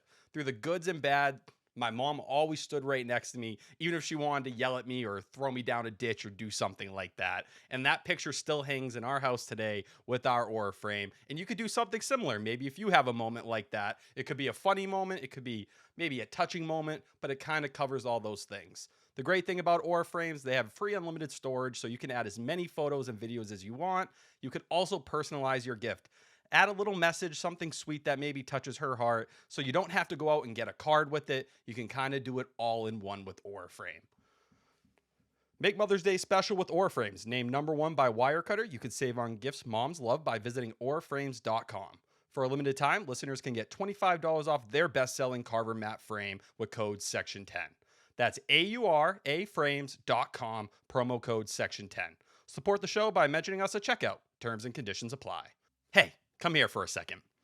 Throughout life, everyone has those kind of pieces they rock all the time that give them confidence, or it's just kind of the thing that represents you. When I was a kid, I used to have this hat I wore all the time. It was a Red Sox hat, and it was just kind of connected to me. People always kind of referenced it, and eventually I moved on from it. But today, I need something new. I need something that sticks out a little bit. And the thing that a lot of people kind of go to is jewelry, something that catches people's eyes, something that sparkles. That's where GLD comes in. They make the kind of pieces that become part of your routine, not just something you save for special occasions or once in a while, just clean, quality pieces that instantly make your fit look more fresh. Once you add a GLD chain to your rotation, you will never go back. And this isn't the cheap stuff. This isn't anything people are going to say something about or make rude comments. GLD only uses real gold. Every stone is hand set, and their production process is on a completely different level. You can see it. You can really feel it when you have it in your hand. GLD has an official collab with the NFL, so you can get every NFL team on a pendant this season. You want to rock something for the Patriots because they were just in the Super Bowl? Well, you're in luck. They also have official collabs with the NBA. Probably don't want to do the Celtics right now, but the WNBA, MLB, NCAA, NHL, MLS, and even DC Comics. If you're a nerd like me and you're looking just to rep something that you're passionate and love, and that's a part of who you are. Work hard and change the game. For a limited time only, new customers are getting an insane deal. Use code SECTION10 to get 40% off at GLD.com. That's 40% off with code SECTION10 at GLD.com. After you purchase, they'll ask you where you heard about them. Please support our show and tell them our show sent you. Back to the show. April 28th at the Blue Jays, Peyton Tolle not making the Red Sox rotation to start the year is one of the more egregiously stupid things this team has done this year on a long list of stupid things. Next line here says, Okamoto with a 2-run double. Vladdy was supposed to be the only hitter I was worried about in this lineup. 2-0 Jays, bottom 3. Trey Savage is nasty. 2 more strikeouts for him. Feel like we're just watching last night's game, but in reverse. That was in the fourth. Why does the Red Sox offense hate Peyton Tolle? It's a great question. Tolle goes. I forget what that means. That was a talent. Shirts live. Oh, okay. He did the yeah. horn. He did the horn. Yeah. All right. Section10merch.com. Is it on the website right now? I Oh, forget what hell that yeah. means. That's As if amazing. Coley has just like done that 1,000 times. Coley, I know you always do that, but like remind me what that means. Wow. I was so thrown off there. Like I think It's he's a doing great horn. shirt. Should we wait till tomorrow to promote, or do you think people will buy it right now? It's maybe the the best shirt ever. I mean, It's literally 10. Like, if that means anything to you, it's 10 on the dot. wow. Yeah. We're section 10. Oh, okay. Yeah. Section dad. I do agree. A heavy push tomorrow is good on an off day. We can do both. Yeah, I'm going to post it now. Okay. Let's just not say anything for 5 minutes. Yeah. I can do more horn if people need. Honestly. Have you practiced that, Coley? I was ripping it last night for the pasta goal. I heard you guys were talking about me being a rapper. What? One less P. Oof. Wow. No, I don't remember talking about you at all. Genuinely, I don't. Okay, I was told that by a source. I was in the chat for a second, but not a long time. I was furious during the Breslow press conference on YouTube. I was chatting it up with folks, and then T struts in. People were like, "Fucking T's here." I was like, "What the fuck? I've been here the whole time." I do hop in pretty frequently into those now. It's kind of fun. But What? Like on the Red Sox YouTube channel when they go live on anything, like I usually just get in the chat and I'm like, "What's up, everyone?" Oh. You just take over the comment section? I don't know if take over, but I say hello. All right, whatever, dude. Oh no, I ordered this to the wrong address. You bought the merch? I did. Did you buy the shirt? I don't remember the last time I didn't. I've bought merch my entire time. Dude, you're stealing my move. All right, You're on the whatever. show, dude. There's no care package that comes here. It's my move to buy the merch, dog. Like I'm whatever. sorry, Steve. I didnd't mean to take your thing. It seems like I just ordered 12. Yeah, that's why it's sold out in double XL. The fuck. Brockton's about to get a new shirt, man. Anyways, Tolle, 68 pitches, 42 for strikes, 4 2/3 innings, 3 hits, 3 earned runs, 4 walks, 4 Ks, a 3.38 ERA. What was Tolle doing? Tate? Yeah, the stuff was down. Over 2 miles per hour overall in the entire arsenal. He was still getting whiffs, 6 on the 4-seamer, 2 on the cutter, 1 on the sinker. He threw 93% fastballs. Didn't really have the feel for the curveball or changeup. Specifically that curveball, though, that really made a difference his last time through the lineup against the Yankees. And I think it is pretty important to note, this was the first time in his entire professional baseball career he pitched on regular 4-day rest. So I think you're seeing it catch up to him a little bit. And he had, I think, 12 days between his last start, the first one against New York, and his last start at AAA. But he even said after the game, and I think this is part of a young baseball player trying to figure it out, he needs to figure out how to do his recovery days a little bit better.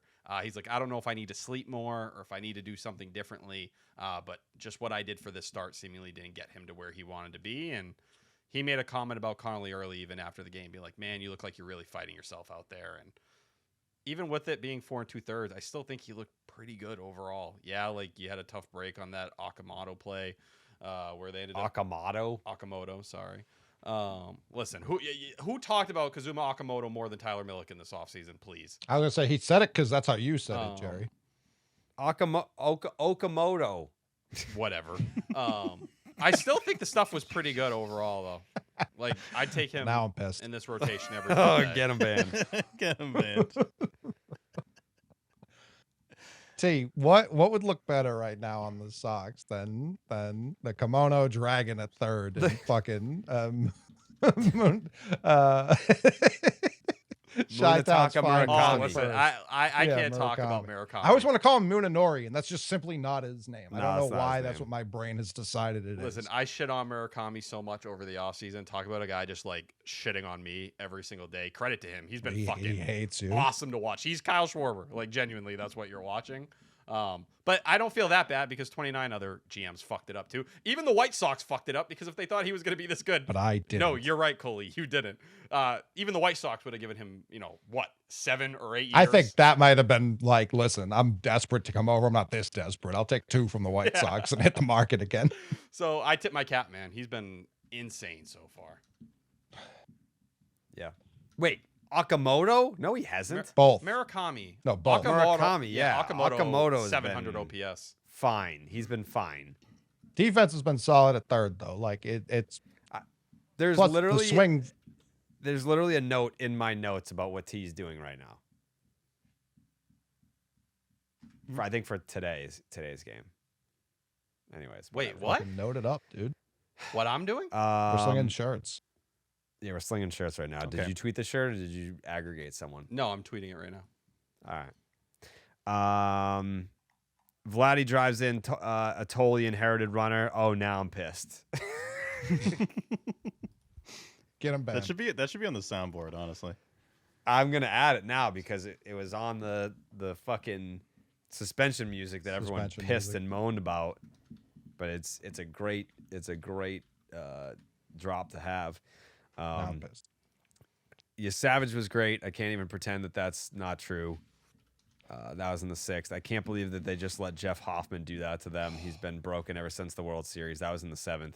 Red Sox lose 3-0. They drop to 12 and 18. Okay, so today's game, there's plenty of notes. Garrett Crochet, a lot of pregame notes today. Garrett Crochet being hurt makes me even angrier that I have to watch Brian Bello today. I agree with that take. Like, that news we haven't even like discussed yet. I feel like this is not like, we'll talk about it on the other side of this. But that news coming out and then having to watch Brian Bello pitch, man, now I'm pissed. Like, that was, yeah, it's kind of like it's like Steve would probably know because he's tattooed the fuck up. But it's like getting a tattoo hurts, but like getting a tattoo while having like a sunburn. It's like, oh man, like why would you do that? I've never been less excited to watch a Brian Bello start, and I've never been excited to watch a Brian Bello start. That seems like revisionist history, but okay. No, because even I can admit that he was good last year, but I don't think there was ever a day where I was like, fuck yeah, it's Bello day. Never. The only time, actually, you know what? I take that back. The one time that I was excited for a Brian Bello start was his big league debut. That was when I was living across the street from Fenway. I did the baseball hour from 6 to 7, finished and sprinted over to Fenway so that I could be in the house for first pitch, Brian Bello's big league debut. I was like, I can't miss this. He's going to be such a stud. He's going to be the future. This is the future of the Boston Red Sox. Wrong. Next line here says, we got a WC-40 homer, 2 batters into the game. Need about 11 more of those, and the Red Sox might win a ball game today. 1-0 Sox in the first. Willier just made an awesome catch, and OB sounded bummed out about it. Okay, I was on radio, and Fleming like lost his mind, and I'm like refreshing Twitter. I'm like, someone post it, and no one posted it. Everyone's just cooking Dave O'Brien on Twitter, just like, could this dude care any less about? It was a great catch, but the way it sounded, I was like, oh my god, he Kevin Pillar like climbed the top of the wall and brought it back. I was a little disappointed when I saw it. It was solid. I think there's times, and I got to get out of the Discord sometimes because there are people that are ahead of me, depending on if I'm watching Nesson 360 or on like the cable version of Nesson. But dude, I think OB had a Blue Jays sweep in this series because he kept saying, "Got to remember, Vladdy hasn't hit a home run here yet this year." Like he wanted Vladdy to go mega free. And swinging a high, deep drive, right field, backing up Abreu and leaping up. He makes the play. Timed it beautifully. Sanchez, I'm pretty sure thought he had it off the bat. But Abreu. I mean, it's not like he robbed a home run or something, but it was a pretty great play for like, and he caught it. Yeah, yeah. But hey, Jerry, don't forget yes. that Dalton Varsho catch. Oh. We got to show that for the 10,000th time. Holy Yeah. shit. I am so done seeing that catch. Put it this way. I mean, we're a Red Sox show. We're Red Sox podcasters. We have to do a Red Sox podcast after every single series. I kind of feel for the people that have to Oh, it's not great. commentate every day on this team.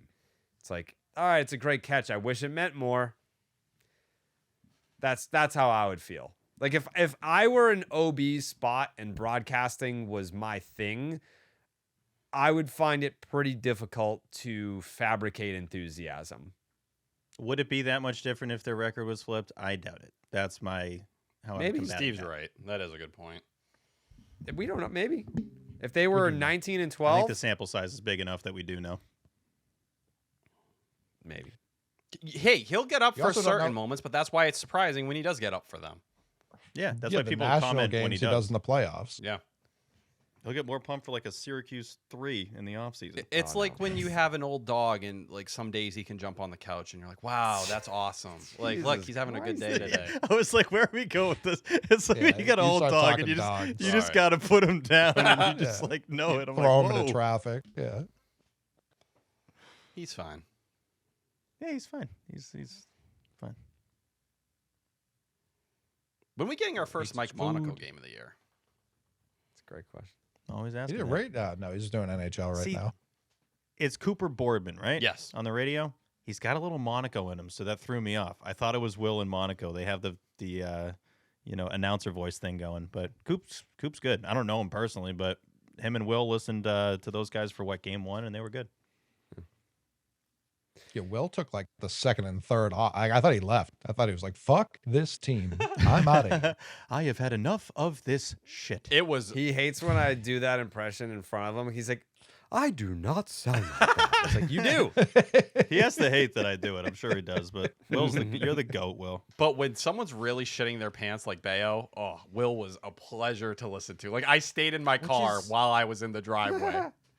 That's what you want. Exactly. That's what Yes. you want. And it's like Dave O'B's never going to do that, and that's okay. But like you know that Will's going to keep it honest and Well, be that's like, where they "This missed is Dennis abysmal." Eckersley for the Yes. TV True. broadcast. Got his You lunch. just got your lunch.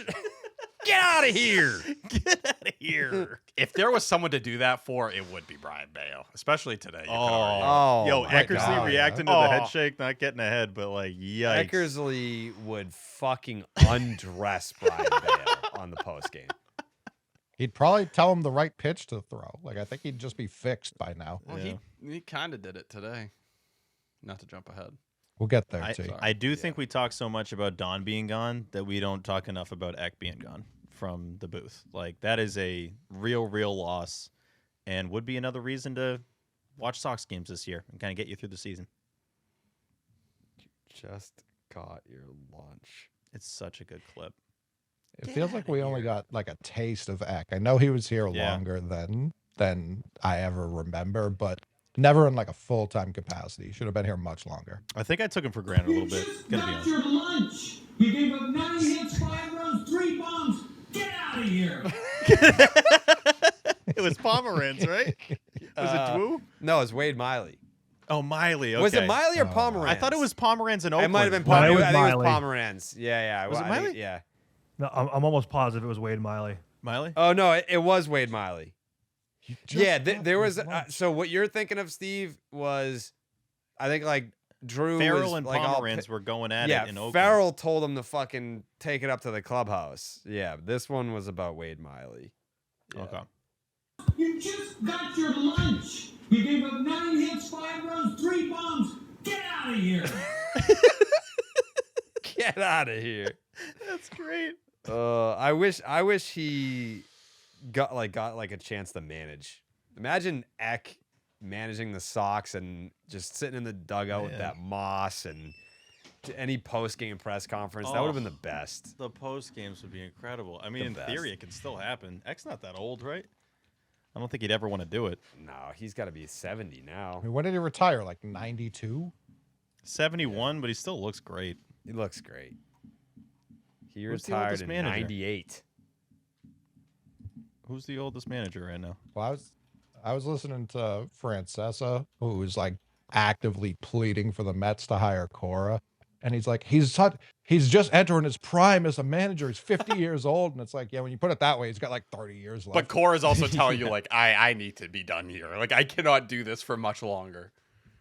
No chance. Well, Pat he's Murphy, focusing on like 67. the age of everyone in his life, which is the right thing to do.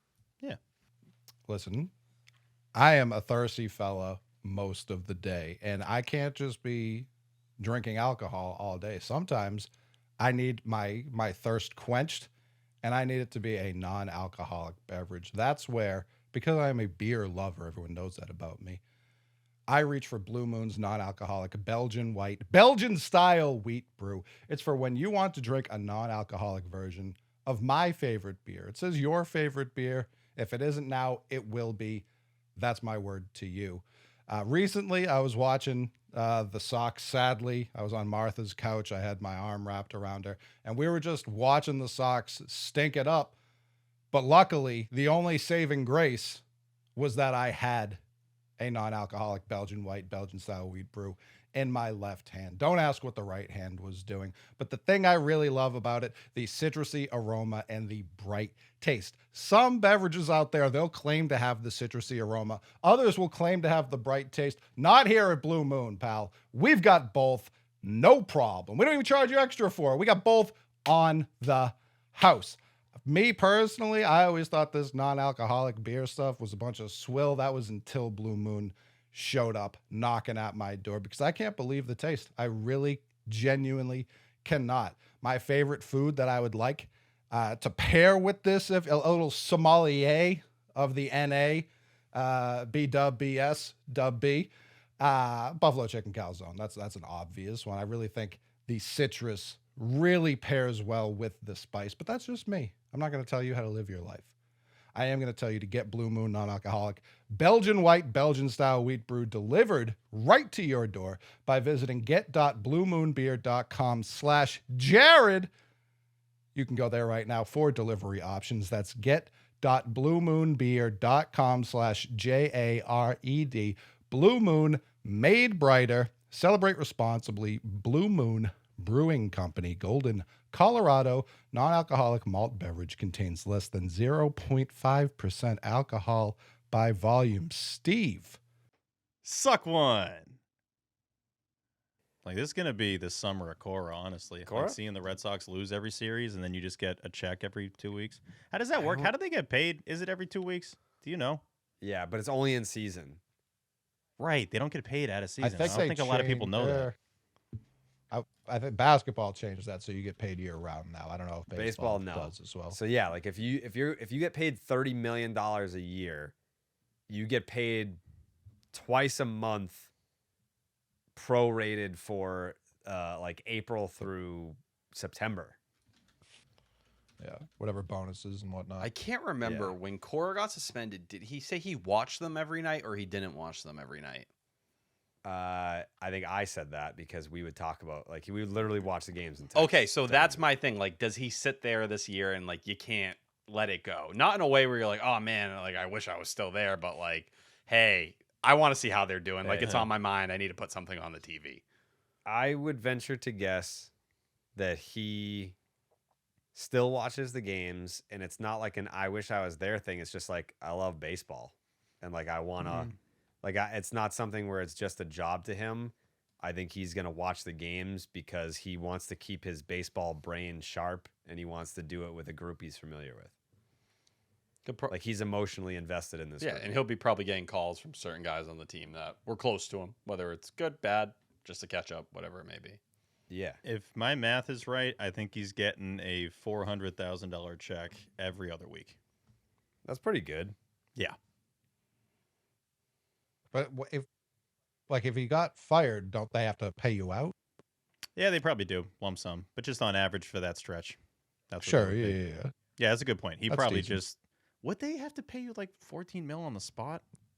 There's usually, I know in college, when a coach gets fired, it's like there's a date that it's like it has to be done by. Like, yeah, it's usually like 2 weeks. Some of them pre-negotiate it. I just know with baseball, this stuff gets stretched out so much that maybe they do just kind of stick to the normal plan. If I'm him, I would love that. Just like seeing the Red Sox lose another series and then waking up 400,000, bang. Like, this is great. Well, then I also wonder, because in other sports too, it's like if you take another job, that's why you see a lot of guys go to like coordinator or something instead, so that you can still keep getting that paycheck as opposed it's the same to way. It just like evening out, which I'd never take a job if that were the case. Pay me my money. That's it. It's the same way because I can't remember, someone was talking about it. It might have been Buster Olney, talking about how it would involve if he had to sign a contract with the Phillies. I did have a thought on Cora. What was it? Did he say how that would work, T? If he did take the Phillies job, like how contracts Yeah, would work? however it works in other sports, I don't know if it just cancels out or what, but like it's the same as other sports in that way. Yeah, they said just like manage a team for free, and they're like, hey, you're still getting yeah, paid. no. Like, however, yeah, they make it work in other leagues. It's the same way. Okay. What was? I don't know. It's gone. Jerry, I'm sharing the shirt of the summer. Brian Bello. The Sox. This needs to be there we go. Beautiful. Next line here is for T. I can't wait for everyone to pretend like they wanted the Red Sox to sign Kazuma Okamoto because of that hit. 2-1 Jays, bottom of the third. I was a truther. So is Lou. Shout out Lou. True. Both of us were standing tall on that one. Yeah, listen, would I take Okamoto over Caleb Durbin? Stand tall. I would, yes. I would take Okamoto over Caleb Durbin and the assets you gave up. Yeah. Who the fuck is Hendrik Pinagano? The Alejandro RBI Kirk knock. replacement. By the way, Roman Anthony has a cannon. I've always said that about him. Also, Brian Bello sucks. 3-1 Jays, bottom third. Yeah, I got in an argument with somebody over that in the Discord. The throw? But we did clear it up. Yeah, it was more that I was kind of piling on Roman a little bit because he's sucked. That's why I was piling on him. But, yeah, the throw, he's not going to throw him out there, but you just kind of added onto the list there of, like, where was that throw going? What was Durbin doing? Not fully sure why he, like, ran away from the ball. That was odd. But we've just seen the ball trickling through the cutoff towards the backup 3-4 times already in the season when it's thrown out of Roman's hand. So something worth noting, obviously. Sure. This next one's long. I can't believe this asshole is shaking his head about getting pulled from the game. Literally, anyone else on the staff could make the case that it's an early hook, but not the one asshole who has finished 5 innings once this season and has an ERA over 9. Fuck out of here, asshole. Bottom of the fourth. Which brings us to his pitching line. That's Brian Bello, 63 pitches, 40 strikes. 3 2/3 innings, 6 hits, 4 earned runs, 2 walks, 2 Ks, and it's a 9.12 ERA. T. What was working for Brian Bello in this one? A lot of people always say, what do they want Brian Bello to do? Lean into the sinker as much as you can. He did that. He threw it 57% of the time in this start. Thing was, we talked about him chasing whiffs earlier this season. Every single start, he had minimum 10 whiffs. In this start, he had 1, and it was on a curveball. Heavily reduced the cutter usage, heavily up the sinker. Saw a bit more of the four-seam fastball, which had disappeared for a couple starts, and even less of the sweeper. And he now has the second highest ERA of any starter this season with at least 5 starts. The only worst was Max Scherzer, who was supposed to pitch today, but his elbow started barking. Currently rocking a 9.12 ERA and a 7.61 FIP. Okay, so he's better than his numbers. Yeah, it's been a struggle. That's great. That's great news. He was cruising through 2. I feel like he did this last time out too, and it's 2. It's 2 But fucking even innings. like I'm Willie not- Abreu had to jump up and make a really nice catch to help him in the first inning. We just debated and came to the conclusion it was a fine catch at best. Still, it's hard contact though. But he was throwing in the strike zone to contact is more my point. And when he started walking people in the third, he just could not find the zone again. It's like, what the fuck is going on? And he's shaking his head. I don't blame him. I had Ian text me like, I don't even know why we're taking him out. Like, it doesn't matter. Why burn the bullpen right now? Well, like, we might as well try and just get him to pitch through it. That was Chad Tracy's entire thing, where what they were able to do with the bullpen the night before, the reason they called up Nate Eaton was because they felt like the bullpen was pretty fresh. And with the off day the following day, did Nate Eaton get in a bat in this game? Fuck no, he didn't. So he didn't give you anything in general. But no, you're right, Coley. That was the thing with Bello. First 12 batters he faced, first pitch strike to all of them. When things started going off the rails, Vladdy Guerrero was the first one. He didn't start off with a strike, which was the single to right field to load the bases. He did get kind of bailed out on the Jesus Sanchez at bat where the ball was out of the zone, but he swung at it. But yeah, not great. It's really pitching. Just to see him unravel like that, I think was really difficult. The wild pitch, all those different things in there. And right now he's in a position where you can't really do anything because Jake Bennett's going to have to start on Friday for you. So you don't have alternatives. There's really no more starter options you can kind of lean on. When Sonny Gray comes back, the conversation might change slightly, but are you going to force Jake Bennett into the rotation at that point in time? He's made 5 starts at AAA?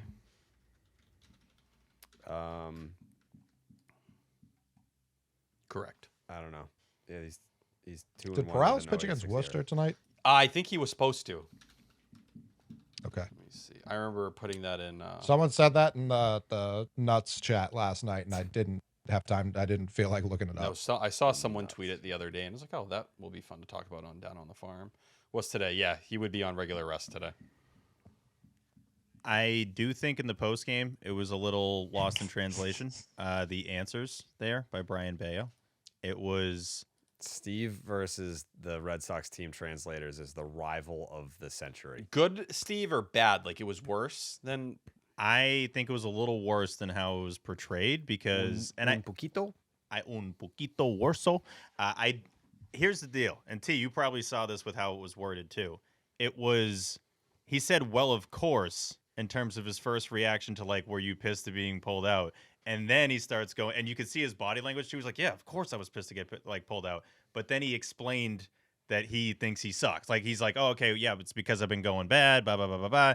And then the right follow-up question was asked, which was are you upset that you got taken out, or are you upset with your performance? Because those things can both be translated the same way of just I'm upset. It's no, we need the context of that. And then he kind of doubled down afterwards, which is the third time he was asked about it. And he just said yes. He just said, "Claro." He was just I was upset that I got taken out that early. And Tracy handled it well. He's just yeah, of course my pitcher's going to be upset. But big picture-wise, that sucks. It absolutely sucks. If you've been this bad, Jared's tweet was spot on. If you've been this bad, you can't be shaking your head. You just can't. And not only was he shaking his head, by the way, I think he shook his head more than any pitcher's ever shooked their head when they're coming off the mound. But that was it was constant. You could tell he was mentally broken. That's what it looked like. He just couldn't believe it. One of those moments where stunned. you're in the dugout. He's still shaking. Any of it. Yeah, he walked right back to the because I was when they came back from commercial and showed him, I was like, what did he break? Did he smashed his arm right off the rail. The wall. Smashes the rail after thinking for a while too. So he has a little bit of time to calm down, and understandable. Most of the time you're going to calm down is in the clubhouse. You need some more time than 2 minutes, but still shaking his head there, still pissed off. I don't think it's a coincidence that you get that the first start after AC is here, considering that's been his only manager his entire career. But just ugly, really, really ugly. And for that to happen today when you get the Crochet news is just, continued bomb going off with the rotation.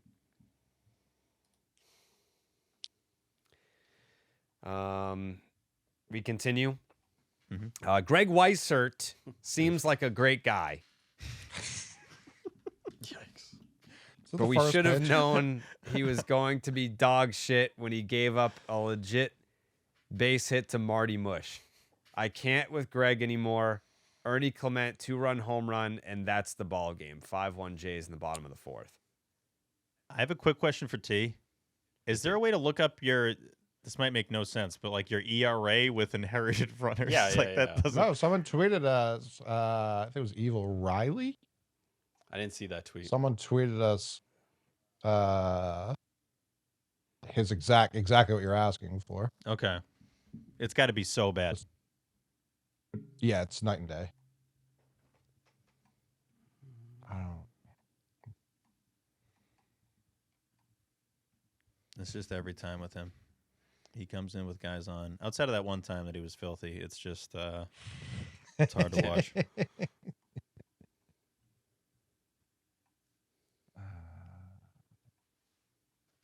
If you can't find it, it's all good. I'm sure it's as bad as we think. Yeah, it is. But where the fuck is it? This was not long ago.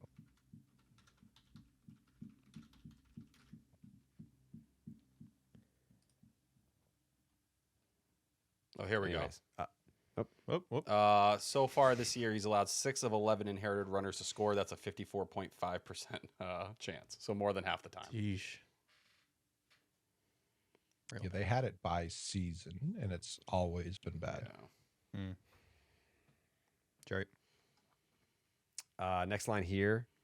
I think I need glasses. Either that or this is a new laptop. Maybe the font is smaller. I don't know. I'm still getting adjusted. Anytime you move into a new laptop, you got to be like, oh, like the font used to be bigger and whatever. Yeah, go boop, Shut boop. up. 3 singles in a row, bases loaded with 1 out. Who is going to fuck this one up? Next line here says, I bet you thought I was going to say WC-40 for lining into a double play, but it's actually Home Run Derby's fault for being halfway to third base there and getting doubled off at second. File that as a dumb. See, I agree with that take because if there were a situation where it's like, all right, bases loaded, 2 outs, yeah, okay. So like WC-40 technically lined into a double play. Home Run Derby's way too far off the bag there. Way too far off. I think, you know who agreed with me on that? Will Fleming on the radio broadcast. Tracy said he stumbled. Tracy did too. Yeah, Tracy kind of called him out a little bit too. Maybe not called him out. Good. Accountability, for he was fuck's just sake. like, yeah, it kind of looks like Durbin slipped when he was trying to get back to the bag, and he was pretty far off the bag. I'm like, yeah, that's the right thing to say. Yeah, like what are you supposed to do? Like, He's way I too get, far off I the get like fucking bag. What a the fuck is he? I get players, managers that are supposed to cover for their players, and it's like, all right, I'll eat the bullets and yada yada. But like, no, not on a team that's 12-19. If the team's 12-19, you start doing dumb shit, then it's like, yeah, guy shouldn't have been doubled off at second base. He was way too far off, and he slipped like a dumbass. George Springer RBI knock, and I'm not sure why I'm still doing the notes for this game. 6-1 Jays, bottom 5. That's great that Roman Anthony's back in the lineup, but are we sure that that's a good thing? I will take Roman in the lineup. Yes. It's a fair question. He hit a single to center field that was in the air today, so we're making progress on that front. Ball was smoked. We need Next Roman line here. Anthony. We need him. Next line here says Roman strikes out to end the game. He's currently hitting 208 with a 631 OPS. Christian Campbell was hitting 223 with a 664 OPS when he got sent down last year on June 18th. Never to be seen or heard from again. Red Sox lose 8-1. They're now 12-19. I do have some numbers on Roman real quick. Yeah.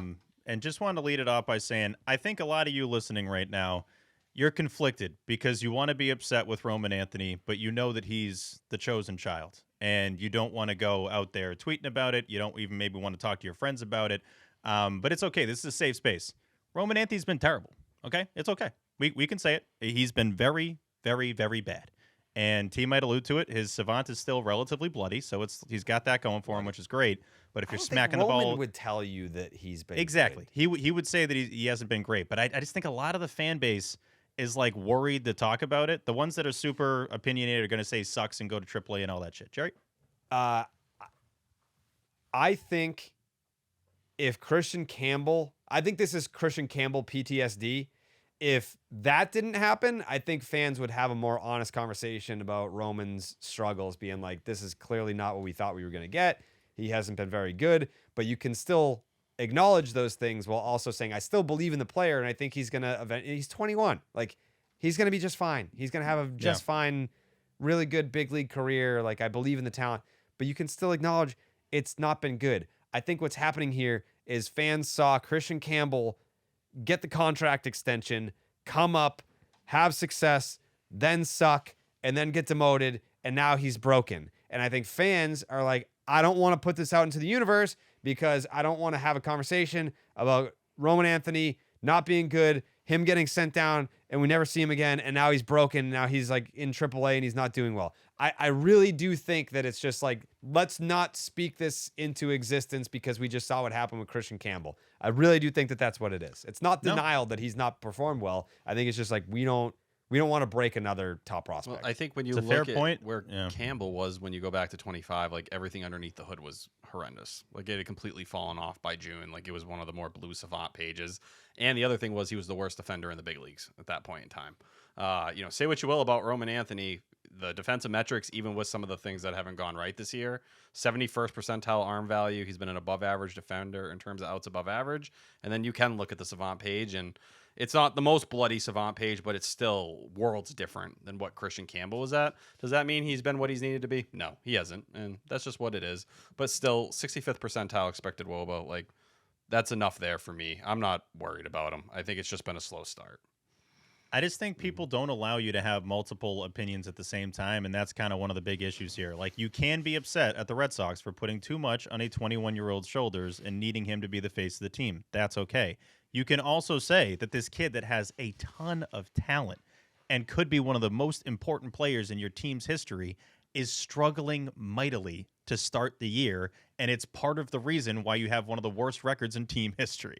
Like, that's okay. Both those things can happen at the same time. The leading off games is what's concerning me, and I know they put him in the 3-hole post-Cora, but they had him back, I think, leading off one of these games in Toronto. Last year, leading off, he had 320. Yeah, right, the finale.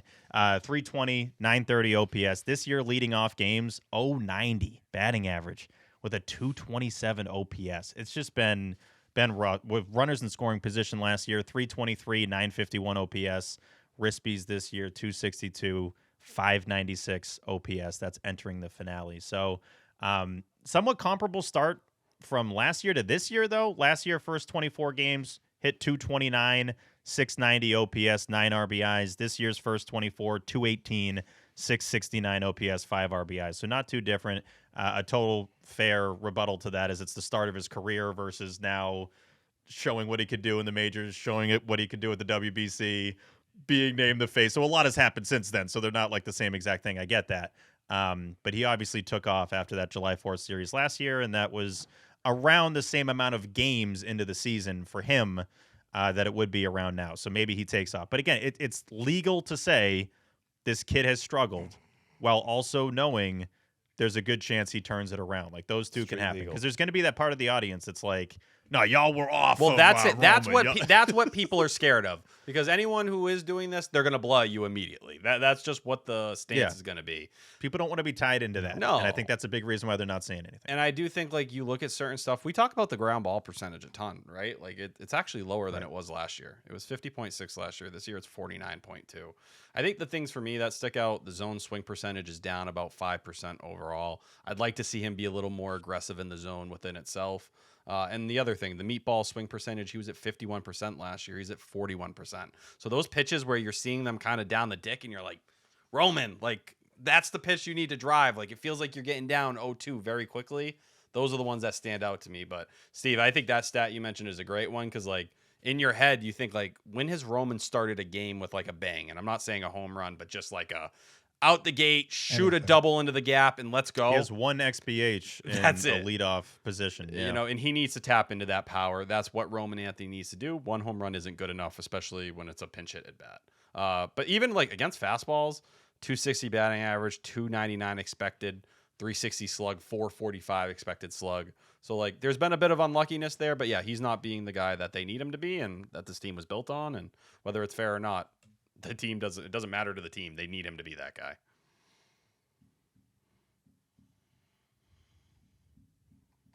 Okay, boom. Isn't it a little 290 against lefties and 169 against righties? It's a little weird. Reverse of what happened when he came up last year. Yeah. He's like IKF.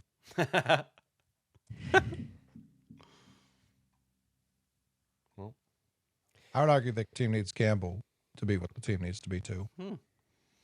The farther and farther they get away from contention, the more in I am. But I don't want him up until he's dominating. I'm not saying today. Yeah. I just mean at general in the general concept of building this team. I'm gonna guess a month from now, Christian Campbell and what he's doing at AAA. I think it's already bubbling right now. I think it's gonna get very loud a month. Let another one go by where these mechanics sit in because he's hitting the ball hard, man. And a lot of he just needs to his chase. We had someone ask last night the thing that he's doing right now because people are like, don't lie, you know he's been shit. He hasn't been. No. He's been hitting the ball on the screws like he always has. However, he's expanded his zone tremendously. That is what he needs. That's why he was special. He would wait till a pitch was in the zone and he would hit the fuck out of it. That's how he accelerated through the system so quick. That's it. Right now, he's hitting the ball on the screws. He's still not pulling enough for T's liking, but he is expanding a lot. He's chasing a lot. And I think that comes with tinkering with your stance and how you hold the bat. Everything pre-swing has been changed for him. Yeah, like Steve? Sorry. Steve. Jerry, here's the thing, man. Like, I'm on Nutrafol now, right? That's true, yeah. And the thing the Red Sox are doing that makes me What are they want to doing? pull my hair out What is it? is the fact that they're 0-16 when they're down by 2 runs. Jeez. What? Is that how stinky is that, Coley? The stinkiest. It doesn't get 2? stinkier than that. Oh, Number it's 2 is literally stinky. 2. Imagine needing to put up a 2 spot to put a team down. A quick 2 spot, and it's like, man, we really They're stuck done. it to them tonight, boys. It's a blowout. 2 runs. That's one of the craziest parts about that, and props to Nesson for the stat, is that we were talking about, 3-0 deficit, forget it. This thing's over. Now if a team goes up 2-0 on the Reds, the game's over. Done. Like 2-0 happens all the time. That is not a crazy Every deficit to be facing. And they're just cooked. Done. It's I mean, to be honest with you, Steve, I can't remember them trailing and then, like, even by 1 run. I can't remember them being down like 4-3 and winning a game. Slim. I think when it does that happened, like, happen? one time. I couldn't tell you the case, but I think it's happened once or twice. But It was once. There was one, I want to say early in the season, but it's still early in the season. So it might have been. Feels like the Brewers wasn't it, game. Marathon Monday? Weren't they oh, They won that one and they were trailing. Yeah, Jerry was ready to jump off the Zacrum at that point. Yeah. I just know we're not that far away from the Red Sox playing a series this weekend at Fenway against the Astros, and like you get a fucking first inning 2-run home run by Yordan Alvarez, and they just meet him at home plate and they dump the Gatorade on him, like like game's over. Game's over. The best part about that is it's the top of the first. Top of the first. Sox haven't even hit yet. They're just like, Done. Let's go. Ball game over. Yordan, it's bright as hell. It's a 7:00 start. And they're just hitting them with the Gatorade. We are like Red Sox fans are among the most educated baseball fans or sports fans. Like they know shit. If you had a situation where there's one guy on in the first inning on Friday night and Yordan Alvarez hits one over the bullpen and you just see fans start heading for the exits, like it's deserved. What is the point? What's the point? Makes me want to pull my damn hair out. Yeah. Thankful we have Nutrafol. We have Nutrafol. Yeah. Yep. Do you guys want to talk about Garrett Crochet quickly? sure. Because I'm not concerned. Is anyone let me ask that question first. Is anyone actually concerned about this? Yeah, A little bit. definitely. Yeah. Yeah. Why After would he seeing him say? talk I about mean, it, a little bit. okay, I already know the answer to my own question. I'm going to ask the question anyway. Why would he say he thinks like this isn't a big deal? Like by the time the minimum amount of time I can spend on the injured list, I'm going to be back anyway. Well, The answer to that question, T, I'm going to answer my own question. This is a guy that said I'm completely healthy like 2 weeks ago. 100%. And now he's after not. the Twins are start. you making the case for us?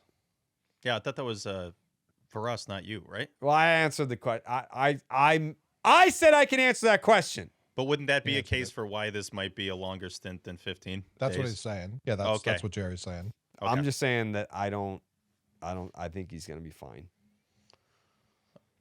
I didn't like hearing that this was an issue that goes back to spring training. That did worry me in terms of his preparation, and he dealt with some shoulder fatigue even back then. What I did like was that when he talked about the injury in 23, he said it wasn't really comparable versus how much pain he was in then, and he had a setback, and he ended up missing from the middle of June until the end of September almost.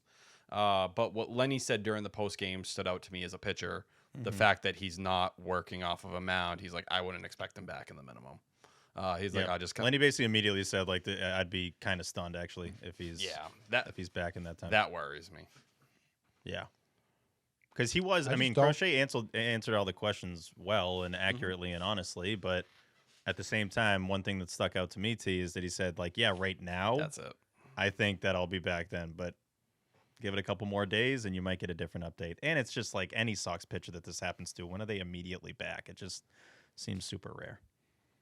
Anytime the Red Sox and their players are like, this injury is not a big deal. Exactly. It's literally always a big deal. They're gone for at least a Literally. year. He may not have Yeah. a shoulder anymore. Yeah. Like there may be nothing in there. Yeah. Yeah, I'm not calling him like a liar or anything. I think he was very honest, but this is just kind of how this goes. What did he allude to? He was like, this You could have been love that word. avoidable. Yeah, I he think was like, it's preventable. That's the word. He kept saying preventable. He's like, but then he walked it back. He was like, oh, I don't did. really know. He's like, maybe it's kind of just a bunch of variables that lead to it. But it sounded like something he noticed it during spring training, took a couple days, and came back and was like, I'm good. Maybe we skipped a start. Because I don't remember it during spring training, like being a storyline or anything like that. It would have been way bigger at the time. But it seems like they maybe pushed him back a day or two to just, I don't know, maybe he wasn't feeling right. And that's what he pointed to as being a similar feeling or something. Because he said he didn't feel it until it was at the end of the Orioles start. Yeah, I didn't know if he had mentioned the avoidable thing as like a slight jab at the team, and then that's why he walked it back, or that he didn't want people to think that's what he meant by that. Because then he kind of called himself out by saying he doesn't feel like he's, ramped up to the point he should be because of some short starts, because of his, wrongdoing on the mound. Right. So I don't know. Hopefully it's not bad, but to Coley's point, like whenever they say, yeah, it should be super quick, it is so not super quick, like ever. So If I don't like what I'm about to say. I'd like to preface it with this. I know. Uh-oh.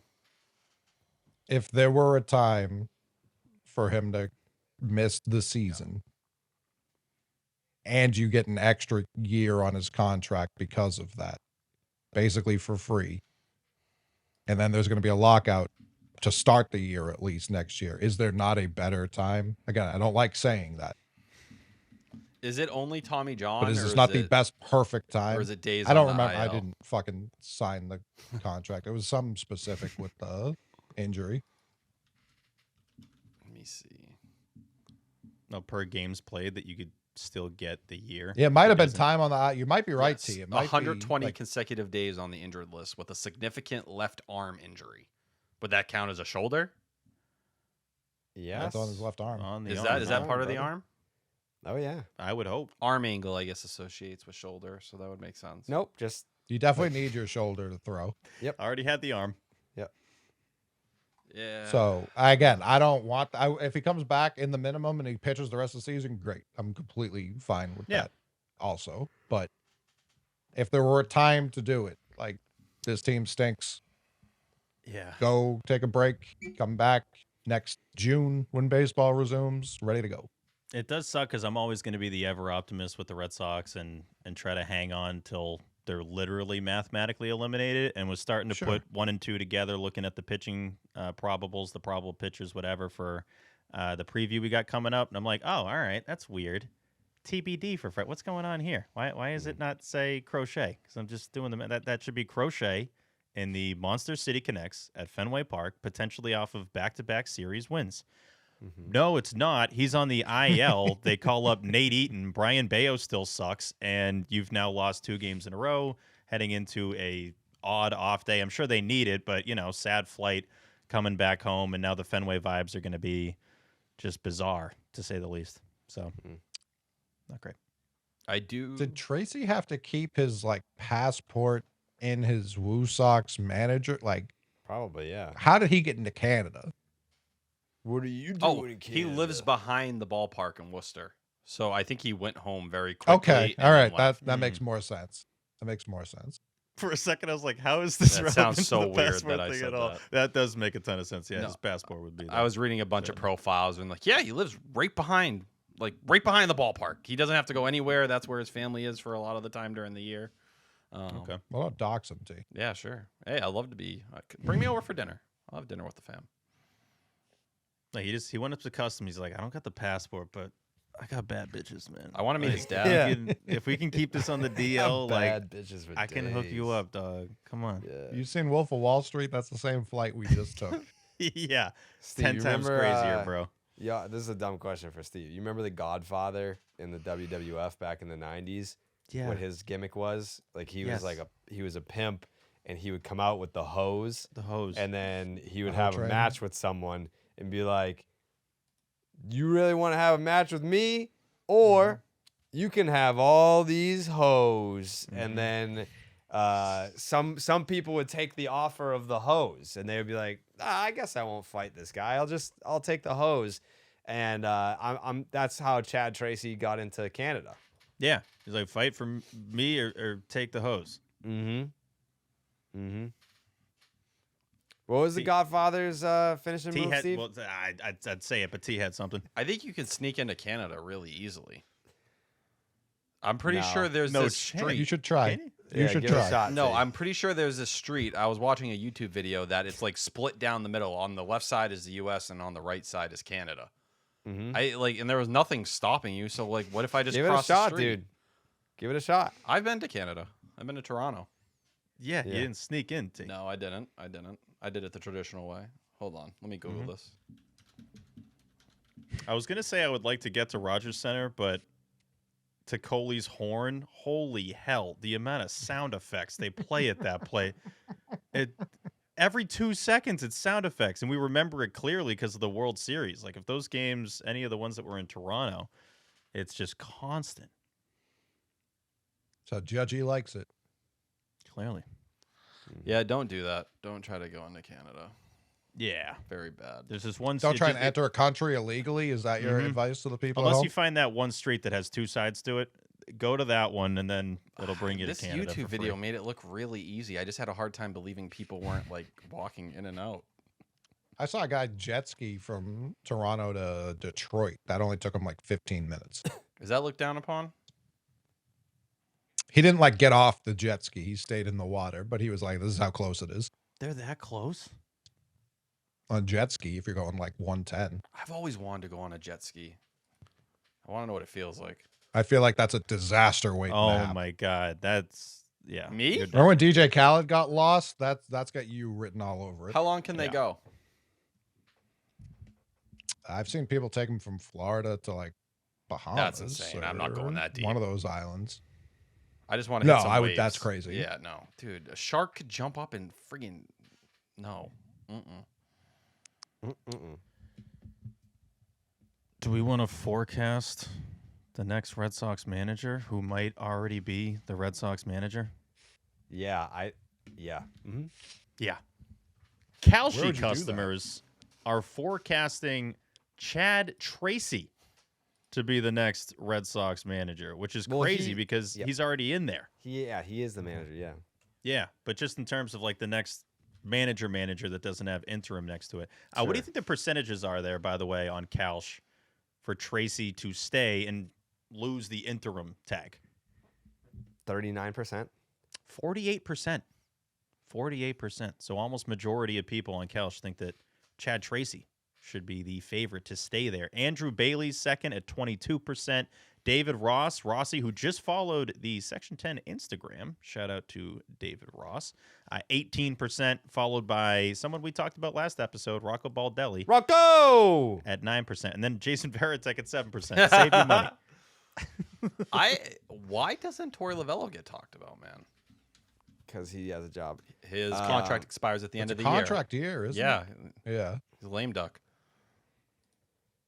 I asked Rocco today if he was going to come save the Red Sox.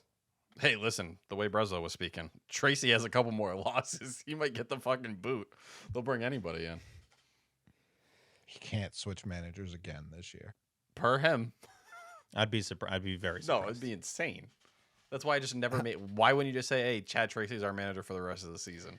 Who do you Let's think be was going to honest, though, call anything's you? possible. With this team, anything's possible. Like, yes, I'd be stunned if they did it, but if they did it, would it be like the craziest thing of all time? No. Especially No, if I someone just else more- gets canned elsewhere and they want that guy. I just don't know who wants them right now. That's Like, a way more valid question. Yeah. all the league wide people talking about it. Like, we heard this 2 off seasons ago with the agents being like, "What the fuck's going on with the Red Sox?" Now I think it's everybody being like, "What the fuck is going on with the Red Sox?" Like, I don't know. We feel like a laughing stock right now for a million different reasons, and I really hate it. There's nothing we can like personally do about it. Yeah. There's like a constant stink on the logo. Like I mentioned last episode with like when the Sox logo shows up on SportsCenter now, it's never good news. It's never like great addition to the Boston Red Sox. It's something crazy happened again, and Their fans just have to deal with it. That spreads over and over and over again to the point where that damages the brand, and that's what's been happening for the last, majority of the last 8 years. I've been trying to come up with like fun names, like weird ones, but I know Craig Breslow is not going to want something that pushes it back against his philosophy. He's going to want someone that is right in line with everything he's doing. He's kind of shown that to us. So like, the Albert Pujols conversation, how hot he was over this past offseason, I don't think that would be there. Yadi Molina, I don't think that's really there. That's why like Ryan Flaherty would probably be like the name that comes to my mind before anyone. But yeah, there's not a lot of like easy or simple manager fits in there. That's Jared. Mike Lowell, 1%. I feel like that's from our podcast segment. I feel like Breslow wouldn't want him. Why? He's not super into analytics. Handsome. He's too old. Yeah, looks too good. He needs a guy that looks just like him. So Chad Tracy is staying.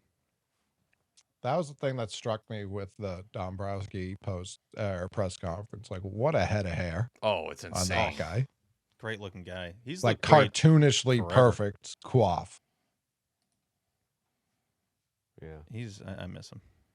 I do too. Eh. What can you do? You don't miss him, Coley? Some of the fuck ups are on him. Of course, 18 was awesome, but part of the reason Devers is gone is because Dombrowski didn't extend him when he should have. Part of the reason Mookie's gone is because Dombrowski didn't extend him when he should have. Xander's Part of the opt-out. reason Xander is gone is because he cheaped out on the contract to get the opt out, which allowed him to hit free agency. He's good, like definitely better than Craig. He obviously is the ring, so you put him ahead of Heim, but I don't know that his like misses are as or better than Heim's misses. Yeah. I don't know. I feel like the knocks on Dombrowski are more so like inactivity versus taking a swing and missing. I think for I Dombrowski, don't think he was taking swings and missing, but it That's what was I'm like saying. those are genuine fuck ups. yeah. I don't know that like Mookie would have. Maybe Whatever not, they he didn't would've- try. I don't know that that's true either. Do you hold it against Dombrowski for not being willing to trade Mookie at the deadline when you could have got, what was it, Will Smith at that time? I think that was the No, I think rumor. him not trading Mookie is maybe the reason he got fired in the first 100%. place. 100%. Like I think he was right in not doing that. I think if you had had Dombrowski, to your point, Jared, I think if you had had Dombrowski and a functioning ownership group above him, when Mookie was ready to deal during COVID, he probably does sign for 360 here. I think Dombrowski gets to that number because we know he wasn't the one pushing the 300 offer that Mookie was like, no. But the Xander one was 1,000% on him, like 1,000%. And the Devers one, when did Austin Riley get that extension to? Was that early 19? Or was I that think post? it was post. I think it was post for sure. I think it was like 20. So he might not have been 20 here when that happened. Yeah, 22. August 1, 2022. Was that long Yeah. ago? Jesus. Or that far after. I think So yeah, I can't when it completely ding him for the Devers one, but I don't know. Devers signing his extension as late as he did was on everybody who could have stopped that. Yeah, I think what Dombrowski Or prevented that. hold is still the greatest thing was the ability to know which prospects to trade. And I think that's where people get confused. The way he treated the farm system, it wasn't that he traded everything you had for talent. The issue was when he got to the end of 2019, there was nothing you could trade if you needed to make a deal. You had already maxed yourself out financially. But, do I think Dave Dombrowski would have been the perfect fit for what the Red Sox are doing? Hell no. Their philosophies would have never worked. You would have saw the ultimate clash, and that's Correct. why he's not here. So at the end of the day, if the Red Sox wanted to operate like it was 2018, I would have been happy letting Dombrowski do his thing for as long as he wanted. But they haven't acted like that since, and it doesn't look like they're planning to do that anytime soon. Boom. The sale extension was ill-timed as well. Yeah. I was okay was with a that. To me, that's just more We were pumped bad when luck. it happened. I was Yeah. okay with it because we thought it was like, yeah, we're going to keep spending because that's what we do. Obviously, that was not the case. That was the above last and time they behind ever closed spent. doors. But I also think for Sale, Well, that- the injuries happen, but he's shown that even at 37 years old, he's still one of the best pitchers in the entire sport. Of course, but if you had waited even 6 months, that number is what, in half? Yeah, when the elbow explodes. Yeah, so it's Well, like then you don't even do it at all at that point. I mean, you'd still retain him. You wouldn't let him because he was expiring, right? He had 1 year left. I believe so. So yeah, you would still sign him, but it's just to a much different contract. Yeah, why wouldn't you? They do that because his elbow just exploded and they don't know what that looks like, so they're not gonna. They fucking sign a guy like that every year at this rate. I still would have paid Chris Sale.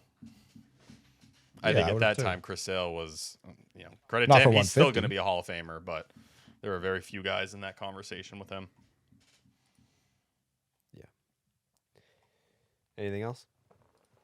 Oh, do you feel like we touched on the athletic stuff and the CBS stuff? Like what? I feel like it's all we've talked about. We touched on Story, the Campbell. Yeah, I guess we did touch on it. Fair. All of it. Yep. Okay. Tactical nuke incoming! Stop and Shop supermarkets have a major announcement. We repeat, don't shop for your groceries anywhere else. Yeah, Stop and Shop. Yeah, Stop and Shop. And what's great about these tangerines, look how easy they peel. Just like that. And loaded, loaded with nutritional value. Yeah, Stop and Shop.